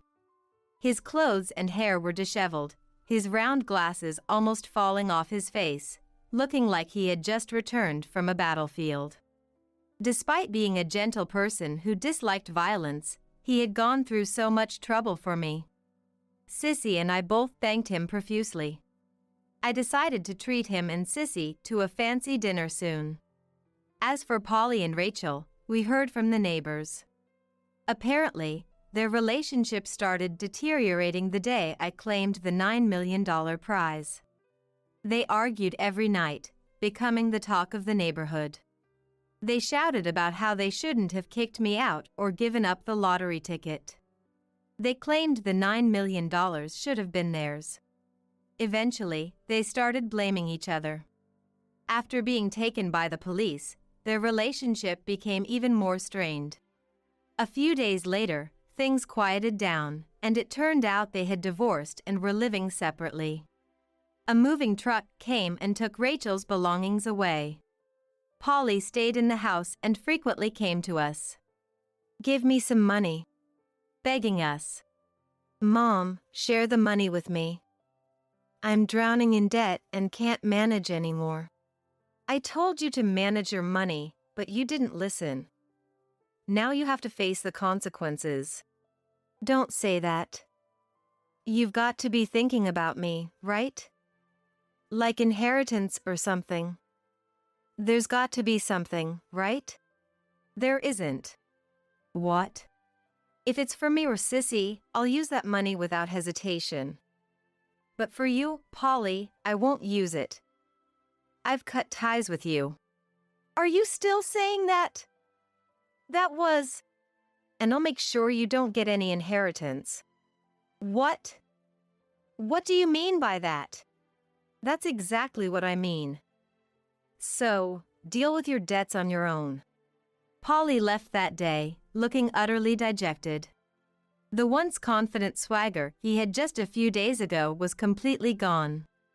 A few days later, he came back, this time deeply apologized. "Mom, please, I beg you." But I didn't listen to him. I wasn't going to fall for the same trick again and again. I sent him away, telling him never to come back, and I locked the door. Yet, he kept coming back, undeterred, so I decided to buy a new plot of land, build a house, and move in with my daughter and her husband. The new house had enhanced security measures, making it impossible for Polly to easily get inside. As for the house that was in my name, I had it demolished and the land put up for sale. Polly lost his place to stay and, pursued by debt collectors, found it hard to settle down anywhere. It's a problem when you accrue so much debt that you can't live a stable life. And then there's Rachel. I went to the bank for some business and ended up having a conversation with her boss. Apparently, Rachel had been manipulating the bank system to find out my account information and PIN number. When confronted about this suspicious activity, it was discovered she was trying to use my personal information for her own benefit. This led to a major conflict with her boss. Eventually, it became a police matter, and she was fired. With a criminal record, finding another job was nearly impossible, and she was left living in poverty, ostracized by neighbors and former colleagues. As for me, I've been enjoying life in my new home, sipping drinks with Sissy in the evenings. Maybe Polly and the others were just dreaming too big. Ever since kicking Polly out, I've come to see Sissy as my only child. After being thrown out of my house by Polly and his wife, I felt so alone, thinking there was no one on my side. If Sissy and Ethan hadn't taken me in, I would have ended up homeless on the streets long ago. I can't thank these two enough. I don't intend to rely on the lottery winnings. I'll continue to live a modest and prudent life, just as I always have. But sometimes, I do enjoy having a drink and living a little more luxuriously with Sissy and Ethan. Suddenly, the electricity bill skyrocketed. In a panic, we called the utility company, and the technician came over, looking puzzled. "Have you seen this wire before?" As my husband, Sam, and I rushed over, the technician carefully moved a plant nearby to make it easier for us to see. From an external outlet of our house, a strange wiring extended, heading towards the in-laws' house. Do you know anything about this wiring? Sam and I exchanged glances. We were probably thinking the same thing. Hey, Sam. Could this be? Yeah, no doubt. This is why our electricity bill suddenly spiked. Sam then reached out to the outlet and quickly unplugged the wiring. The moment he did it, a high-pitched scream came from the direction of the in-laws' house. Ah! It must be Mael, Nicola. Then, some hysterical muttering was heard, and the voice came out of the door, heading our way. And there, Nicola burst out from the garden. I am Mary, a 32-year-old housewife. My hobby is eating sweets. Every day, I gather information about sweets by asking friends or researching on my own. Sam, my kind husband, always accompanies me in this hobby. Sam and I, both the same age, have been together since college. I have always loved Sam for his kindness, unchanged from the moment we met. Incidentally, I also adored Tony and Nicola, Sam's parents who raised him. Many of my married friends struggle with their Maels. I've even heard stories that ended in divorce due to issues with the MIL. Fortunately, such problems were irrelevant to our family. Nicola, who shares my love for sweets, always delights in the treats I bring over, and my Fael, Tony, though a man of few words, always gives a sense of comfort with his constant smiles. Both of them are dear to me, and I like them so much. Tony and Nicola now live about a 30-minute drive away. Not too close, yet not too far, just the right distance.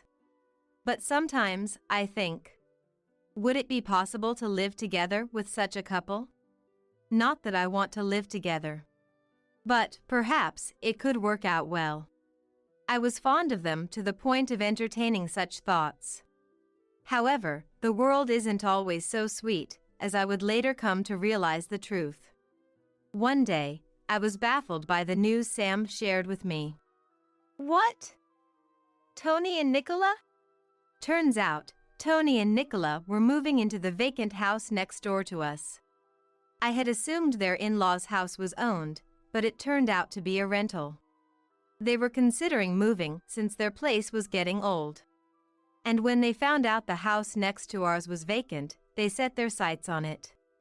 It was an unexpected close-distance living arrangement. I was instantly overwhelmed by anxiety. We had been getting along fine with Tony and Nicola, but would it continue to be okay? Living next door meant we could see each other every day if we wanted. I liked Tony and Nicola, but seeing them every day might be too much. But it was too late to say, "It's too close, so please don't move in." When Sam heard about the move, he gently advised Tony and Nicola that it might not be a good idea. However, they didn't listen, saying, "We're so close now, it'll be fine."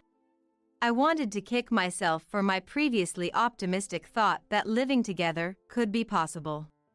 As my anxiety grew, Tony and Nicola moved in. Though I greeted them warily, things seemed fine at first. We kept a good distance, and some boundaries were established.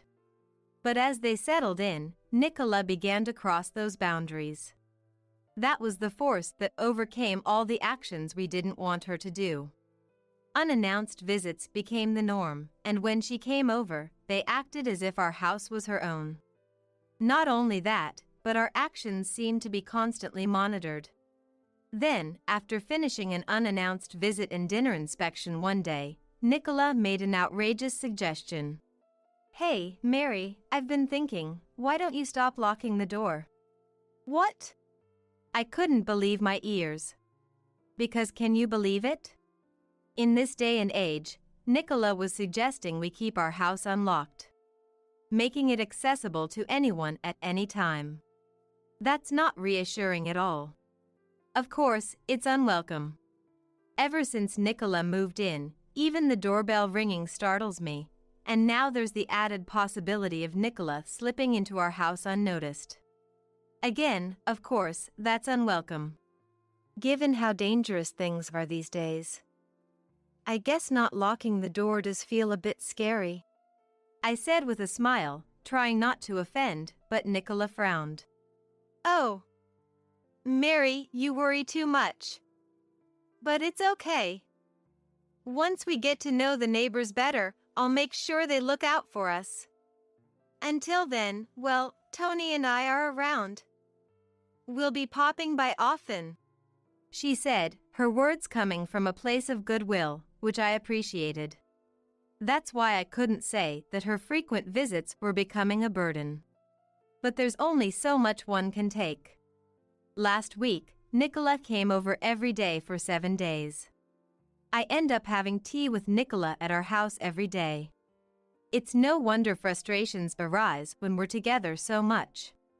I've really come to understand that maintaining distance is crucial in the relationship between a mother-in-law and her son's wife. Nicola has been doing as she pleases, leaving unwanted plants in our yard or planting flowers without asking me. If it were once in a few months, I could tolerate it, but daily is a different story. Regarding the locking of the doors, Nicola has brought it up several times since. I've managed to convince her by emphasizing security consciousness. But then, Nicola started asking for a spare key. That's something I'll have to get Sam to refuse. There's no way I can give such a terrifying item to Nicola as she is now. Though Nicola can be difficult, I hadn't come to dislike her yet. Her meddling comes from a place of kindness. I felt more guilt about rejecting her than anything. But over time, my feelings started to change. Whether it's me who has changed, Nicola, or both, I can't say. But I began to feel discomfort and irritation at Nicola's remarks. It was a few months after Nicola and her family moved in. By then, Nicola's visits after lunch had become a routine part of our household. As for Tony, when I asked what he was up to, it seems he's usually out walking or shopping by himself. I suggested, "You could go with him."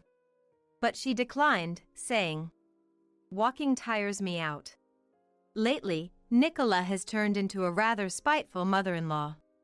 When I make tea, she used to simply thank me, but now she always has a complaint: it's lukewarm or it's too weak. Whenever she opens her mouth, it's either gossip or criticism.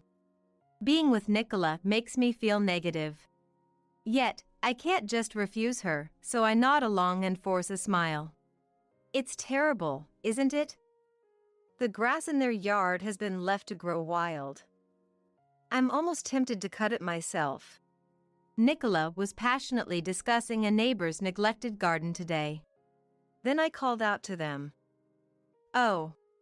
She stopped talking suddenly, so I instinctively followed her gaze, which had turned towards the bookshelf. Perhaps she found a book that interested her. It would be nice if we could read together in silence.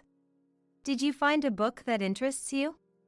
I was about to stand up and head to the bookshelf when Nicola reached for something not on the bookshelf but on the shelf next to it. "Nicola! That's not okay!" I saw what she had taken and reached out hastily. But Nicola opened it with an unaffected expression. "Oh my! Just look at this, Mary. Didn't we overspend last month? Look at this electricity bill. It's twice what we pay at our house." Nicola was looking over our household budget book as if it were a gossip magazine. "Please stop! Give it back!" I said, snatching it away, and Nicola laughed. "No need to panic. It's just that, Mary, you seem a bit bad at saving, aren't you? Poor Sam, having a wife who can't save money. You should try a little harder, okay?" I could feel my face getting hot. The cover and spine clearly labeled it as a household budget book. Yet, the audacity to open someone else's budget book was unbelievable. And sweets, too.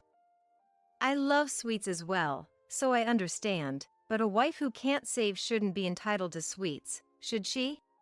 Nicola went on to criticize me for spending too much on groceries and unbelievable electricity bills. Then bragged about how good she is at saving. After a while, she seemed satisfied and left. After Nicola's departure, I was so frustrated that I couldn't stop crying.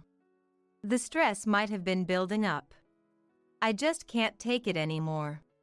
I cried until Sam came home.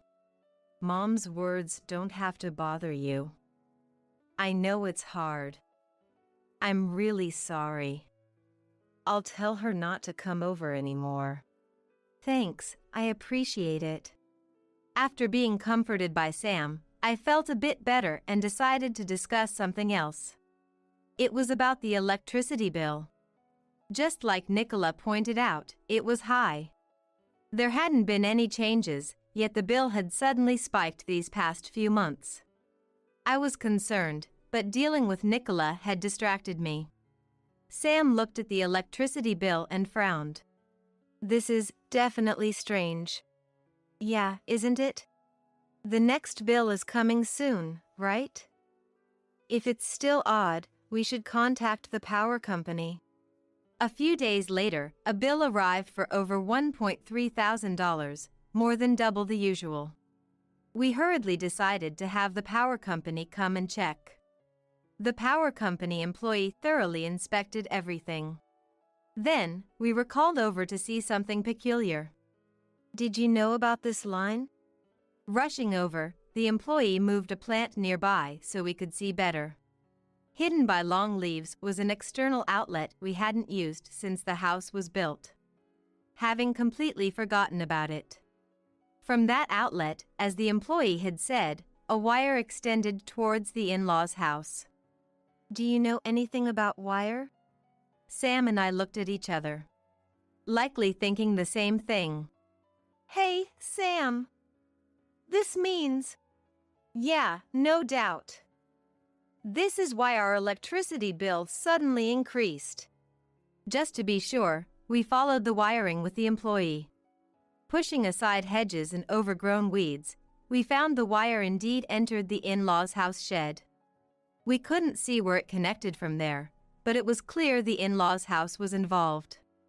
The employee's expression hardened. Should we call the police? No, it might come to that, but let's talk first. This house belongs to our parents.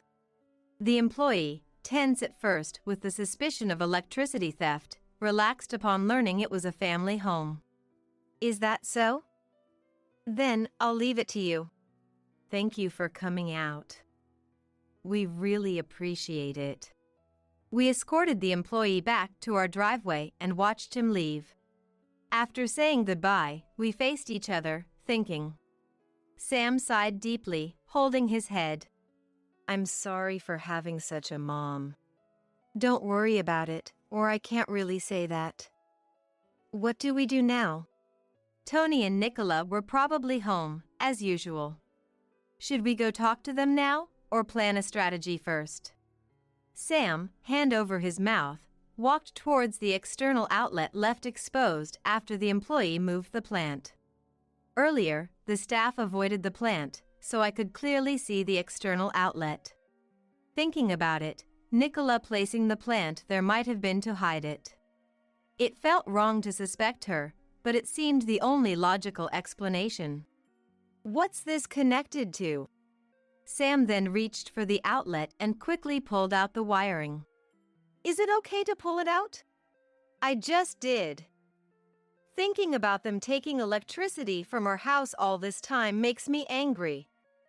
Well, the employee is a witness. They can't talk their way out of this. If needed, we have that. You're right. I nodded in agreement. That's when it happened. Ah! A high-pitched scream came from the in-laws' house. It must have been Nicola. Next, some hysterical mumbling, then the voice moved towards the door and headed our way. Nicola burst out of the house towards the garden with force. Wow! She hadn't expected anyone to be there. Seeing us, Nicola exclaimed in shock. Oh! You scared me! What are you doing there? She came at us aggressively, so I stood my ground and replied. What about you, Nicola? Do you need something in our garden? You seemed quite flustered. Well, that's... Nicola awkwardly averted her eyes. Sam, holding the unplugged wire firmly in his hands, was right there. Nicola exclaimed, Ah! and tried to snatch the wire from Sam's hands. Sam twisted away, hiding the wire behind his back. What are you doing? No, that's my line.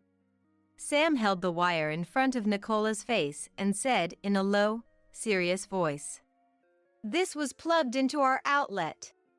Tom emphasized our, and Nicola glanced upwards, momentarily flustered.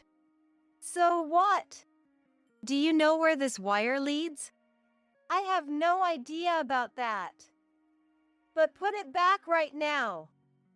It's causing trouble over here because it's unplugged. She demanded it should be plugged back in without knowing where it leads. And she is claiming harm from it being unplugged.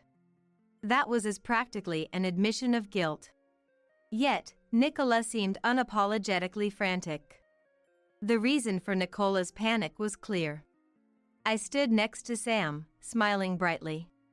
Nicola, please calm down. We can't plug in a wire when we don't know where it leads. This is our outlet, you know? It's fine to plug it in. Just a bit won't hurt. So. Oh. Nicola, you've always told me not to waste electricity, even a little, and that Sam is unfortunate to have a wife who can't even save on electricity. You said that, didn't you? Well, that's... Nicola was restless. It's too late, she murmured softly, almost panicking. What time is it now? It's 9:57 a.m. It's no use now. With that, Nicola ran off, stumbling as she went. Sam was puzzled by Nicola's bizarre behavior, but I knew the reason. I whispered to Sam. What? So that's what it was. Maybe if we wait at home, they'll come by eventually? Sounds like it. Sam threw the wire down, and we headed back inside. A few minutes later, there was a sound at the door, followed by the doorbell. It was Nicola. I unlocked the door and opened it. Hello, Nicola. About earlier. Shut up! Move! As soon as the door opened, Nicola pushed past me, clicking her tongue as she entered. She was visibly in a bad mood. Stomping through the house like a monster, she plopped down on the sofa. Sam, already in the living room, started to speak, but Nicola beat him to it. I'm so thirsty. What about my tea? You're so slow. You should move before being asked. That's the rule, isn't it? Yes. And you locked the door again, didn't you? This is why people say the son's wife in this neighborhood is so cold. As if there's anything in this house worth stealing. Pretending to be all high and mighty is just annoying. Huh? Nicola continued to complain. I can't stand it anymore. I grabbed a half-empty plastic bottle nearby and slammed it on the table in front of Nicola. She froze, eyes wide. Mary. Here, water for you. And you mentioned there's nothing to steal, but unfortunately, there are greedy and dirty people out there. Like someone who would steal electricity, for example. Nicola's face showed turmoil. I sat down next to Nicola. Despite being right beside her, Nicola wouldn't even look at me. She looked down, her face turning pale. What's wrong, Mary? You're completely different. Oh, Nicola. There's only so much I can take. Did you think I was some kind of saint? I tried to lighten the mood with a joke, but Nicola looked as if she had encountered a demon rather than a deity. Nicola looked at Sam for help, but he just shook his head silently. Nicola had no allies, with an angry daughter-in-law beside her and Sam. As there was no one inclined to help nearby, Nicola's next move was predictable. I'm sorry. I just remembered something. I have to go now. You're not going anywhere. I pressed down on Nicola's shoulder as she tried to stand up from the sofa. Nicola's rear sank back into the sofa. Mary! Really today? You were the one who said you were thirsty, weren't you, Nicola? Surely you're not saying you can't drink my water? After making such a fuss, that wouldn't make sense, would it? Nicola, with tears in her eyes, reached for the plastic bottle but was stopped by Sam. Nicola looked relieved, but I didn't actually want to make her drink the leftover water. The real issue was yet to be addressed. When did you start stealing our electricity? Stealing! What an awful thing to say! But the fact is, the wiring plugged into our outlet was leading to your house, wasn't it? Nicola tried to speak several times, searching for an excuse, but couldn't find any that would work. There was no way to talk her way out of this situation. All that was left was for Nicola to admit and apologize. I thought that was going to happen, but it seemed luck smiled on Nicola for a moment. The doorbell rang, and when I checked, Tony was there. Is Nicola here? It seemed Tony had gone out for a bit and came back to find the door unlocked, the TV on, but Nicola missing, so he was worried. Tony! Nicola cried for help as if reinforcements had arrived. Tony was confused by Nicola's unusual state. Then, Sam explained everything from the beginning. After thinking for a moment, Tony slowly said, Isn't there some mistake here? It's hard to believe at first that his wife was secretly stealing electricity from his son and daughter-in-law's home. So, who did the wiring? Do you expect me to believe a stranger came and connected our houses? Tony crossed his arms and pondered again. Then he agreed. Well, we should probably go and see it. And stood up. But Nicola tried to stop him, flustered, but Tony asked Sam to show him to the outlet. The wire ran into a shed where it wasn't visible. After checking, Tony came back pale-faced and immediately made Nicola apologize. I'm sorry. Truly, I am. Nicola silently looked down. Like a child. According to Tony, the wiring was connected via an extension cord to a battery and Nicola's computer. The battery was bought when they moved in. She was advised to charge it during cheaper, nighttime rates, and using it during the day was cost-effective. Nicola had been doing exactly that. Initially, it was just that, but then she started plugging in her computer and other appliances since there were free sockets on the extension cord. Eventually, she used our electricity day and night. Nicola justified her actions by saying it was more cost-effective. It was infuriating enough that she had been stealing electricity, but even more so that she had looked down on me while lying all along. You've been saying how pitiful Sam is for having a wife who can't save, or criticizing me for buying sweets while being unable to save. Remember? That's the truth, though. Her lack of remorse was almost impressive. Saving by using someone else's electricity isn't saving. It's just a crime. I continued. And don't think we'll just let this go because we're family. If you sincerely apologize, that's one thing. But if you keep this attitude, we'll have to involve the police. Nicola looked surprised, as if she thought getting caught would be the end of it. What kind of daughter-in-law are you? To betray your own family. Don't talk like that. We just want you to make amends because we are family. As I reached for my phone, Nicola panicked and lunged at me. Sam quickly restrained her. There's no evidence. With everything laid out like this, you still need evidence? Let me tell you something conclusive. I pointed towards the roof. Nicola squinted. Then realized.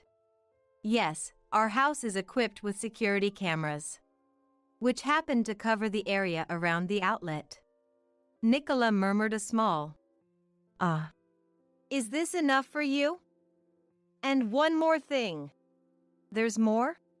The reason you were in such a hurry today was because of the release of limited edition suites, wasn't it? No way. I smiled. Yes. I had a friend get them for me, so I managed to secure them. If you hadn't been busy stealing electricity, you might have been able to get them on your computer, too. Too bad. Nicola trembled and then sat down on the spot.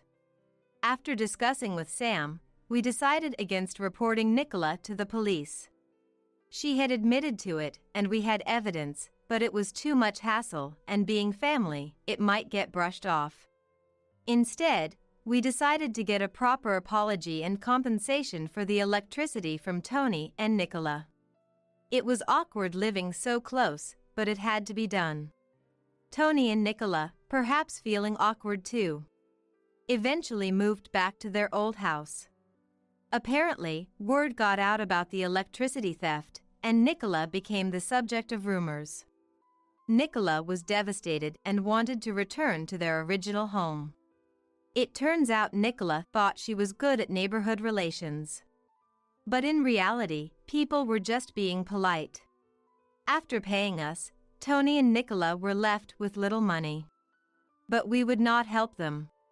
They needed to save on their own, especially on their beloved suites. As for me, now that Nicola is gone, I'm enjoying my life, deciding which suites to buy next with the electricity bill back to normal. Come on, swim faster or you'll drown. From way above me, I could hear the laughter of my husband who had pushed me into the river. I had broken both my legs a month ago. There was no way I could swim. As I desperately struggled to keep from sinking in the cold water, my husband said something. Hearing that, all the patience I had been holding on to felt foolish. My name is Isabella. I'm a 26-year-old office worker. I have a husband, Joe, who is 34 and also an office worker. Though we're a few years apart, his vast life experience has been a support to me in many ways. Joe and I met at work, where he was my boss. Initially, Joe made the first move, but I was drawn to him for his competence and leadership in various situations. Our relationship smoothly progressed to marriage.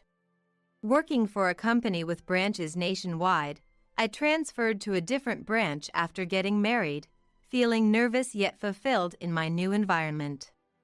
As a dual-income couple, we shared household chores. This company is ideal for me, eager to learn everything I can here, making studying indispensable even amidst a busy schedule. Joe also worked late, which motivated me to do my best. Being in the same company, we could easily understand what the other was working on and share daily events, making conversations with Joe very enjoyable. Initially, things were going well, but at some point, when I consulted Joe about work as usual. So you've gotten to handle such tasks now. Well, do your best. He responded somewhat coldly.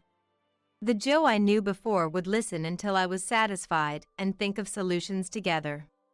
I felt a bit lonely, but wondered if I had been a burden. Joe was busy, and I was no longer a newcomer. Telling myself that I should be able to solve things on my own by now, I consulted my new boss when in real trouble and tried not to discuss work at home. Then, on payday, "How much did you earn this month?" Joe asked for the first time. We had agreed to contribute a fixed amount from our salaries for living expenses and bills without knowing each other's exact incomes. It was unusual for Joe to ask such a question, but seeing no reason to hide it, I showed him my payslip. Then Joe, shocked, said, "All this without overtime. Don't joke with me. When did you start earning so much?" Far from being happy about the increased household income, Joe started treating me with a hostile attitude from that day on. Looking back, I remember hearing that Joe had an unusually high pride and only liked being around people who could boost his self-esteem. "It's because I've been sharing the housework that you can earn like this. I want to get promoted too, but I've been holding back." Joe said that and instructed me to take over all the household chores. "A wife should play a supporting role to her husband and be modest," he said abusively. Shocked, but verbally compliant. "Understood. Please focus on your work," I said, while internally taking it as a challenge to manage all the housework and still excel at my job. However, seeing me juggle work and all the household chores, Joe would say things like, "I wish you'd just break down already," or, "Can't you clean more thoroughly? I hate it when the room doesn't look like a showroom." I tried to brush it off, but it was undeniably stressful. Perhaps it was wrong to keep thinking about divorce every day, whether at home or work. One day on my way to work, I missed a step on the station stairs and tumbled down a long way. I don't remember falling, but it must have been a bad fall because I ended up breaking both legs. Fortunately, no one else was involved in the accident during the morning rush, but I had to be hospitalized for a while. When Joe visited the hospital, he seemed annoyed and laughed. "Lately, you've been too proud of your work success. This is your punishment," and said, "Your fractures are nothing serious, so come back home soon," and left. After that, Joe did visit daily but only to angrily say, "The house is dirty, come back soon," without a word of concern for me. I explained the situation to my workplace and started working from the hospital. When Joe tried to take away the laptop, saying, "You're really greedy for money. I told you not to earn more than me," I quickly responded, "I've already informed my boss, and I have work scheduled today. If you don't give it back, I'll have to call and say you took it," which made him return it with a click of his tongue, perhaps fearing it would become widely known since we work at the same company. Despite expressing how much he disliked me, Joe continued to visit my hospital room daily after work to complain. Upon finally returning home after my hospital stay, the room was extremely dirty. "I've left your work for you. You love work and housework, so you must be happy," Joe said, but I was still in a wheelchair, unable to walk. Trying to clean what I could reach, like the desk. "Wait, you still can't stand and work? Taking too long to heal.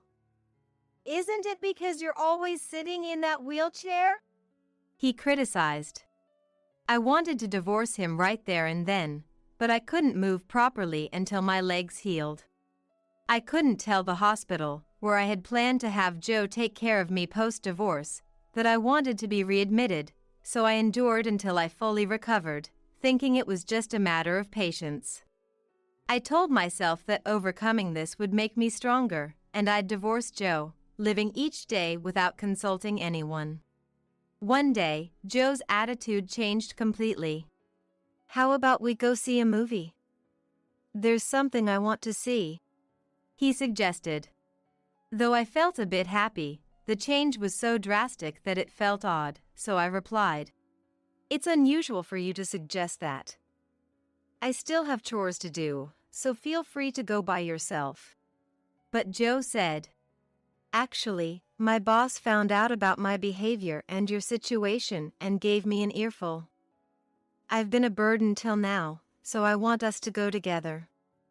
We haven't been out recently, and I want Isabella to take a break as a token of my gratitude." Then he asked, "What else needs to be done?" and took care of everything. It had been a while since we went out together. Though I was suspicious, Joe tends to change his attitude quickly if someone in a position of authority speaks to him. If his boss had spoken to him, maybe he truly wanted to change. With that thought, I felt slightly happy, and given how tense I'd been every day, I decided to indulge in the break and agreed to go out. He helped me into the car, and we started our drive. The cinema was relatively close, so I didn't think it would be too much of a burden for him to drive, but we kept moving away from the direction of the cinema I knew. Curiously, I asked, "Isn't the cinema in that direction?" Joe replied with a smile. "The local cinema wouldn't feel special, right? I thought we'd go to a bigger one today." Feeling reassured, I let Joe take the lead and soon fell asleep in the car, tired from the daily grind. "We're here." Joe's voice woke me up, and we were at a deserted river, with no cinema in sight. Confused, I asked, "What's going on?" Joe said, "The weather's nice. How about we take a commemorative photo?" and grabbed my arm tightly, trying to pull me out of the car. Suddenly frightened, I resisted, but with my legs being weak and the strength of a man being overwhelming, I was forcibly dragged out. Without being put back in my wheelchair, the pain of dragging my legs made me groan. He dragged me near a bridge, gripping my legs as if to lift me, and I felt a fear like never before. "Stop!" I involuntarily screamed, but with no one around to help, I felt nothing but despair at the thought of being thrown off. Then Joe, checking to make sure no one was around and annoyed, said, "Damn it! Don't make a noise! It'll be trouble if someone calls the cops," and forcefully pushed me into the river. It happened in an instant. Unlike in dramas, I didn't see the face of the person pushing me or my life flash before my eyes. I just fell into the river. In an instant, not understanding what had happened, I looked up from the river, desperately asking for help from Joe while angry, but he said, "Better swim fast or you'll drown. Don't be mad just because you fell into the river. Maybe you need a little hardship, huh?" And then he tried to leave. I pleaded, "Please help me. I'll do anything you say from now on." Even though I didn't mean it, I thought it was the only way to be saved. Still, Joe said, "You're healed, right? Swim back home," and laughed, then left without trying to help, drove away in his car. Desperately wanting to live, I managed to grab onto a floating log, struggling with the pain in my legs and my inability to move properly, let alone my poor swimming skills, teetering between life and death. If no one came to help. Just then, "Are you okay? Hold on, I'm coming to help you." a man hurried from the shore. A man with a large empty plastic bottle swam to me, gave it to me for buoyancy, and then pulled me to shore, saving me. After being urgently transported, "Thank you, really, thank you so much," I said to the man, crying from gratitude. "No problem at all. My name is Brian. I was fishing a bit away and saw a woman being forcibly taken out of a car. I was shocked and sorry I couldn't reach you before you got wet," he replied. Despite everything happening so quickly from being pulled out of the car to being pushed into the river, I was grateful for his help. "Not at all. You saved my life." I expressed my thanks. After sharing with Brian and the doctor about Joe's usual behavior at home and what happened this time, both were outraged and immediately reported it. The next day, to witness Joe's arrest, Brian and I went home together. I was still not fully healed, so I was in a wheelchair. The police were waiting for Joe as he returned home from work. Seeing me and Brian, Joe looked between us and mockingly said, "Did you have an affair and get in trouble with the police?" your life is over. Laughing. Confused by his absurd conclusion, the police said, What are you talking about? We're here to take care of you. And handcuffed Joe. Joe, yelling, said, What did I do? Who is this guy? Explain. Trying to grab me even as the police restrained him. Astonished, I said, Did you forget what you did to me? Dragging me out of the car and pushing me into the river? That's a crime, isn't it? Looking straight into Joe's eyes. But you're alive, so I don't see why I'd be arrested. Joe retorted nonsensically. Being alive doesn't justify anything. Joe didn't apologize for anything he had done. Far from it, he insisted he was not at fault, and to me, he no longer seemed like a husband but something devoid of human compassion. The act of throwing someone into the river, given the real possibility of death resulting from it, is considered attempted murder. The police explained carefully. Joe had heard of fractures but never experienced one himself. Many around him had suffered fractures and seemed to live normally, so Joe perceived it as a minor injury. I thought fractures healed quickly, and given Isabella's resilience, I assumed she'd easily climb out of the river unharmed. Joe argued, claiming his arrest was an overreaction. He also assumed my absence from home was due to my reluctance to do housework, maintaining his innocence. Then, Brian, who had been silent till now. All I've heard is you justifying your actions. It seems you're not concerned about Isabella's injuries. From what I witnessed, your indifference is unbelievable.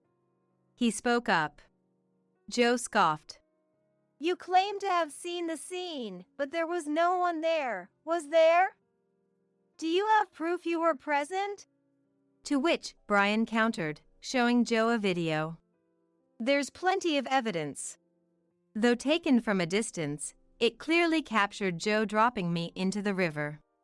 When I arrived, Isabella was nearly drowning, teetering on the edge of life and death.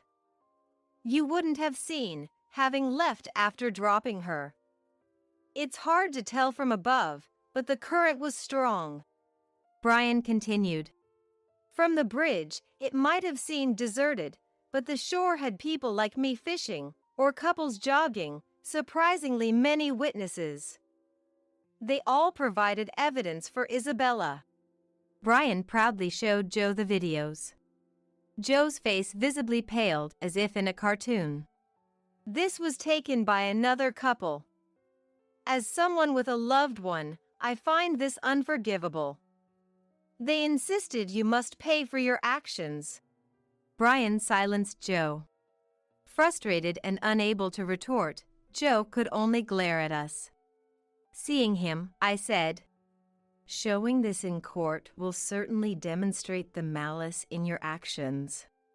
Finally conceding, I'm sorry." Joe apologized. He pleaded, "Please, I have a job. Spare me the arrest and the trial." But I realized his apology was only out of fear of his company finding out. Unforgiven, we proceeded to trial. Upon hearing of the trial, Joe protested. I apologized. What more do you want? I'll fight this in court. I won't let you have her way. His outcry didn't deter me. I was determined to see the trial through. With decisive evidence in hand and Brian's support, I was able to calmly face Joe to the end. Joe insisted that fractures were minor injuries that everyone around him recovered from easily, attempting to depict me as lazy, but no one was swayed. I had been discharged from the hospital to continue rehabilitation at home, as explained by the doctor, not because I was fully healed. Joe's attempt to diagnose me without medical expertise only garnered sympathy for me from everyone present. The judge, after viewing the evidence I brought, handed down a swift prison sentence without probation to Joe, citing the maliciousness of his actions. Even after the verdict, Joe refused to give up. The judge and police are all deceived. Is she even really fractured? If so, her suffering seems like an act. And Stop this nonsense and just obey me like before. What happened to you, Isabella? he ranted. To which I quietly responded, the one who is wrong here is you. Joe's continued slander worsened the judge's impression, extending his sentence, as he inflicted more pain upon himself through his actions. Finally, everything ended, and I was free from Joe through divorce, feeling both exhausted and relieved. The more I put effort into my work, the more Joe used to get angry in the past. But now, I can focus entirely on what I want. It's as if Joe never existed. I concentrate on what's in front of me and steadily build my career. Fortunately, my workplace had no one who undermined others' character. And the depressive state Joe's attitude had induced in me gradually improved, allowing me to reclaim my former self. I also moved out of the cramped house I had lived in, enjoying a more elegant lifestyle, managing household chores and indulging in my interests as if reclaiming my lost time. Life is good now. Maybe marriage isn't for me for a while, I mused, noticing Brian looking at me sadly. The person I am today exists thanks to Brian, who saved me when I was drowning in the river. He was there for me, exhausted in both body and mind, after the trial ended and the divorce was finalized. He accompanied me during my hospital stay and my first trial, which is why I desperately wanted to express my gratitude by inviting him out for a meal on my treat today. Yet, considering Brian's busy daily schedule, I felt it wouldn't be right to invite him out too frequently, so I decided this would be a one-time gesture. Expecting the conversation to remain formal, I was surprised how well we got along, realizing hours had passed. I looked at the watch and realized, sorry for taking up your valuable time. Let's call it a day. I had fun. Thank you, I said, preparing to leave, but Brian asked, Can I invite you out again sometime? With a smile. Relieved he had enjoyed himself, we parted ways. Following Brian's invitation, we grew closer through multiple meetings, eventually dating and, surprisingly, marrying. Despite my initial apprehensions about a second marriage, Brian proved to be the ideal partner, supporting my career without jealousy or interference, enhancing my performance. Our relationship, built on mutual respect, allowed us to lead vibrant lives. Brian's hobby of fishing became a shared interest, helping me overcome my trauma of nearly drowning. Thanks to Brian's kindness, I've been able to live freely and happily. You can't even show your grandparents' face, you unfilial person. With that, my sister looked at me triumphantly. It's been 5 years since I got married, and while taking care of my father at my parents' home, I've been undergoing fertility treatments. My sister got married and was blessed with a child within 6 months. 2 months into her pregnancy, she returned to our parents' home for the birth. When I point out that my sister does nothing around the house, she coldly snaps back at me. Since you're useless because you can't have children, at least be useful to me. My name is Johanna. I'm 35 years old. I live with my husband Andrew and my sister Camilla, taking care of our father, Richard. Andrew and I got married 5 years ago, and we've been struggling to have children, currently undergoing fertility treatments. Camilla also got married and lives in a condominium with her husband, William, who is often away on business trips, leaving her alone at home a lot. Claiming it was for early birth preparation, she moved in with us, where Richard and my husband and I live, 2 months into her pregnancy. Our mother passed away early from illness, so Richard raised Camilla and me by himself. However, Camilla has always been troublesome, causing problems ever since she was a child. In elementary school, she would hit other kids, and Richard was often called to the school to apologize. We hoped she would calm down as she grew older, but that never happened. She kept causing problems until she graduated high school, constantly troubling Richard. Richard had to go around apologizing to people, paying for damages, and was always exhausted from cleaning up after Camilla. Feeling sorry for Richard, I helped around the house as much as I could, cooking and doing laundry, so that he could have a bit of rest. Putting ourselves last, Richard devoted himself to raising us. I wanted to ease Richard's burden, so I studied whenever I had the chance. My hard work paid off, and I was able to attend a prestigious university and land a job at a major company. Now, I work remotely while taking care of Richard. Camilla, who moved in with us a month ago, does not do any housework and doesn't care for Richard, despite the trouble she caused him. Instead, she says, "Hey, big sis, isn't today's dinner too plain? I'm pregnant, so I need nutrition. Make a more luxurious dinner tonight. Oh, and polish my shoes before I go out." She treats me like a housekeeper, ordering me around. My sister, having become pregnant before me, thinks she has the upper hand. Why don't you take care of your own things for once? I was stressed out by Camilla's inactivity. Lying on the living room sofa, she glared at me. You can't even show your grandparents' face, you unfilial person. She sneered. What a thing to say! I would have children if I could. But that's not possible for me. Filled with frustration, I looked down. Seeing my distress, she added insult to injury. Since you're useless because you can't have children, at least be useful to me. Camilla snapped coldly. Tears welled up, and I was left speechless, so I left the room. I went to my bedroom and cried into my pillow. Yet, I kept telling Camilla every day that it's better for her and the baby if she moved a bit, and to take care of herself. One day, perhaps in a bad mood. Enough, you're so annoying. Can't you just leave the house? Just come here for Dad's care and the chores. She blurted out something outrageous. If you dislike me that much, why don't you go back home? To which she replied, Going back home would just increase my workload. What do you think I'm here for? You're the housekeeper, just listen to what I say and keep quiet. Camilla said, mocking me.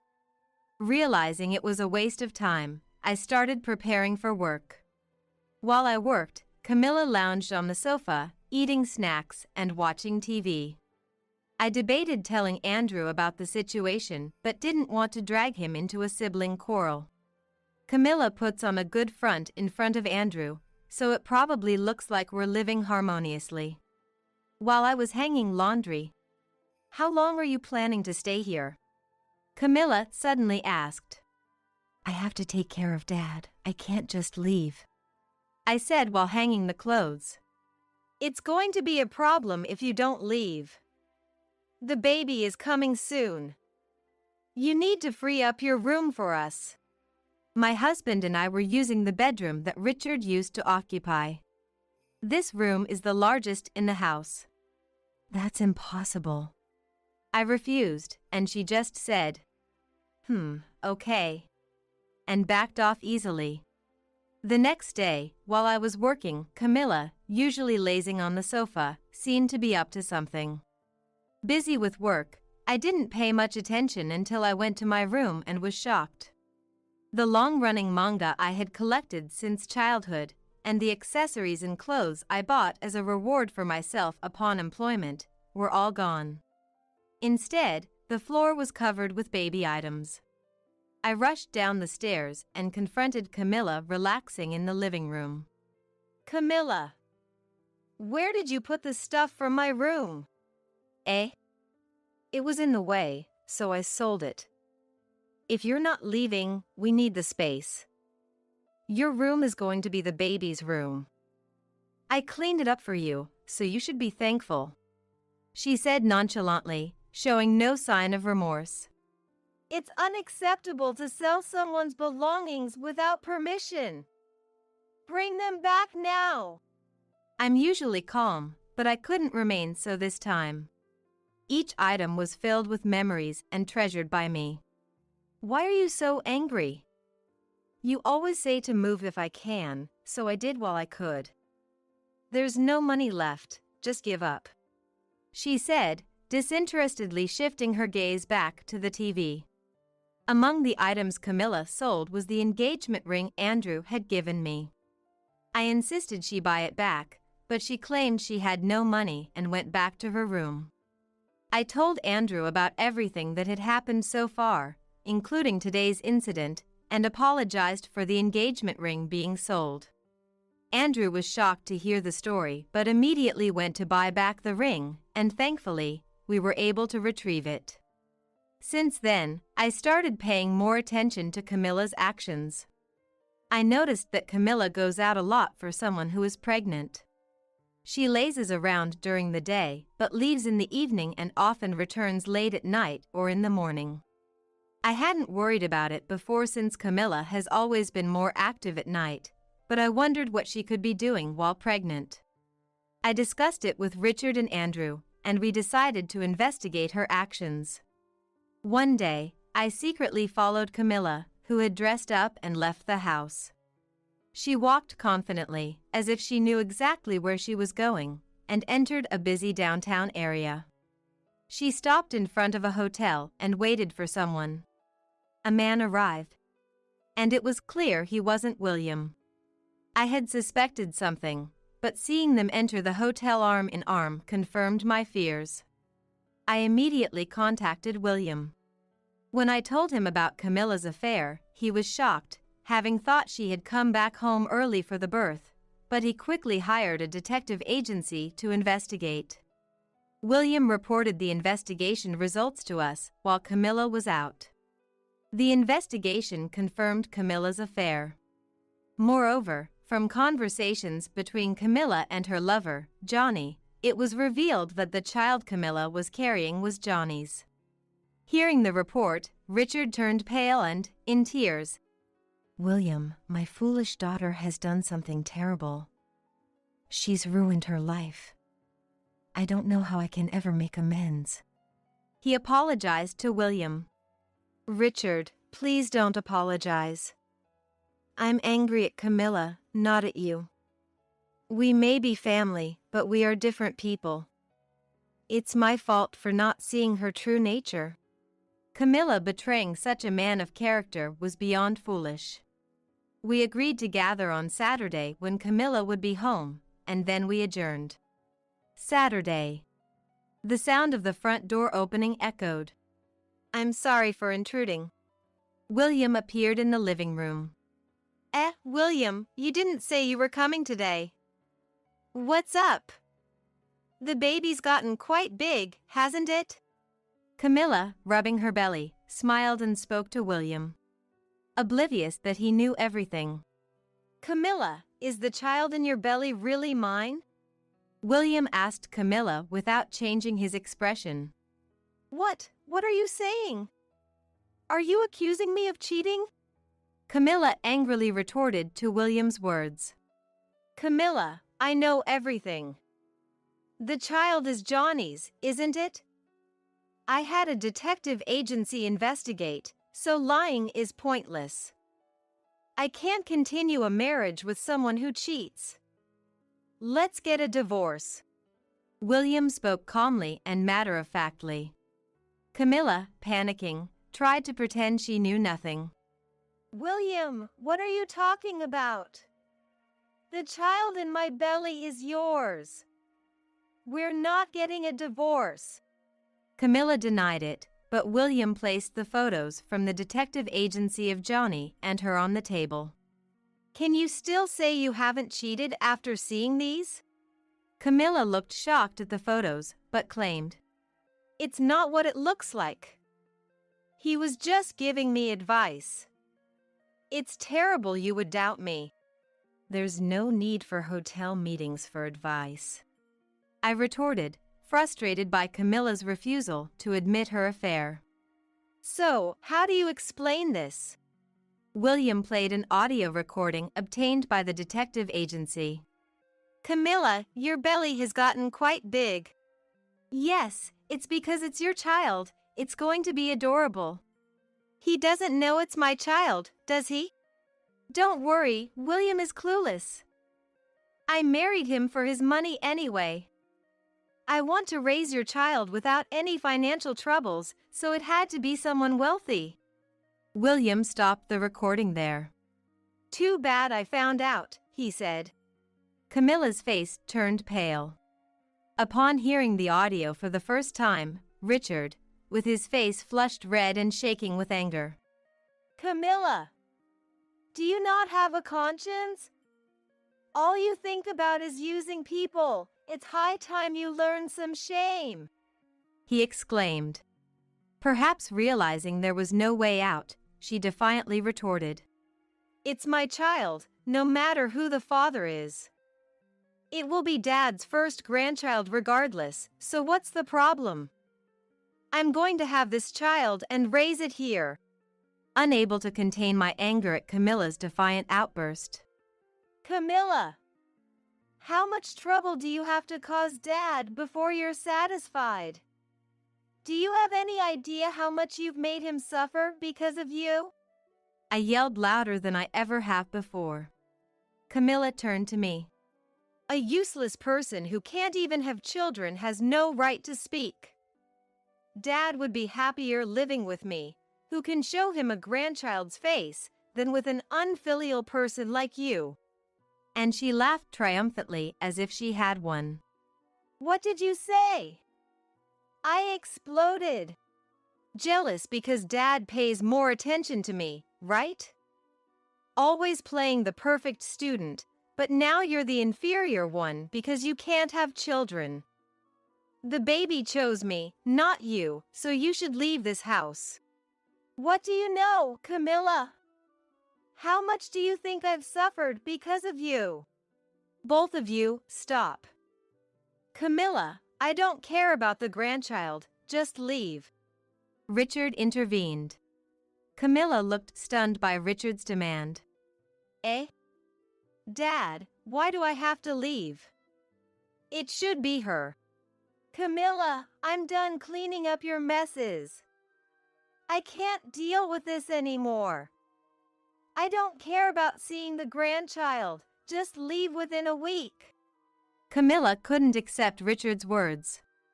That's cruel. Dad, are we not family? And with that, she began to cry. You only think about yourself, acting out of self-interest. You've belittled Johanna and now betrayed William. You might want my inheritance, but I've decided to leave most of it to Johanna, who has sincerely taken care of me and kept our home together. Richard declared this in front of everyone. Soon after, William added, Camilla, please sign here. I'll be filing for divorce immediately after this. And don't forget about the alimony. Camilla, cornered by everyone, slammed the table. Is it fun for all of you to gang up on me? What's wrong with loving someone I truly care about? I've always loved Johnny. You should be grateful that a dull man like you got to marry me and was about to have a family. She yelled. Is that all you have to say? Then sign quickly.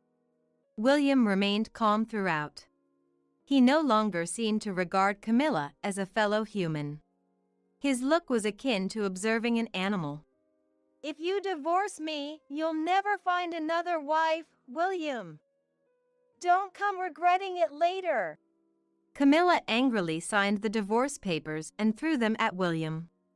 William filed the papers immediately, and they became strangers. The next day, just to be sure, a DNA test was conducted to confirm if the baby really was Johnny's. The test scientifically proved the baby wasn't William's, and when Richard told Camilla to leave, "Why should I be the one to leave? Shouldn't the failure over there leave?" Camilla lashed out. Having no place to go after being kicked out, Camilla went to Johnny's, only to run into his wife. A confrontation ensued, leading to Johnny's divorce.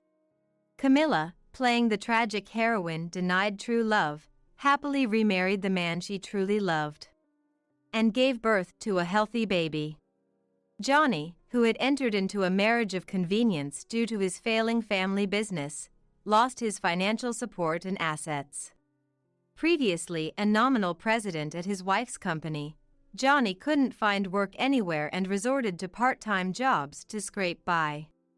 Camilla and Johnny, living in a cheap apartment with shared toilets and no bath, struggled with living expenses due to alimony payments to Johnny's ex-wife and William. Constant financial stress led to frequent arguments, and despite wanting a divorce, neither could afford to leave, resulting in a loveless marriage. Where did their true love go?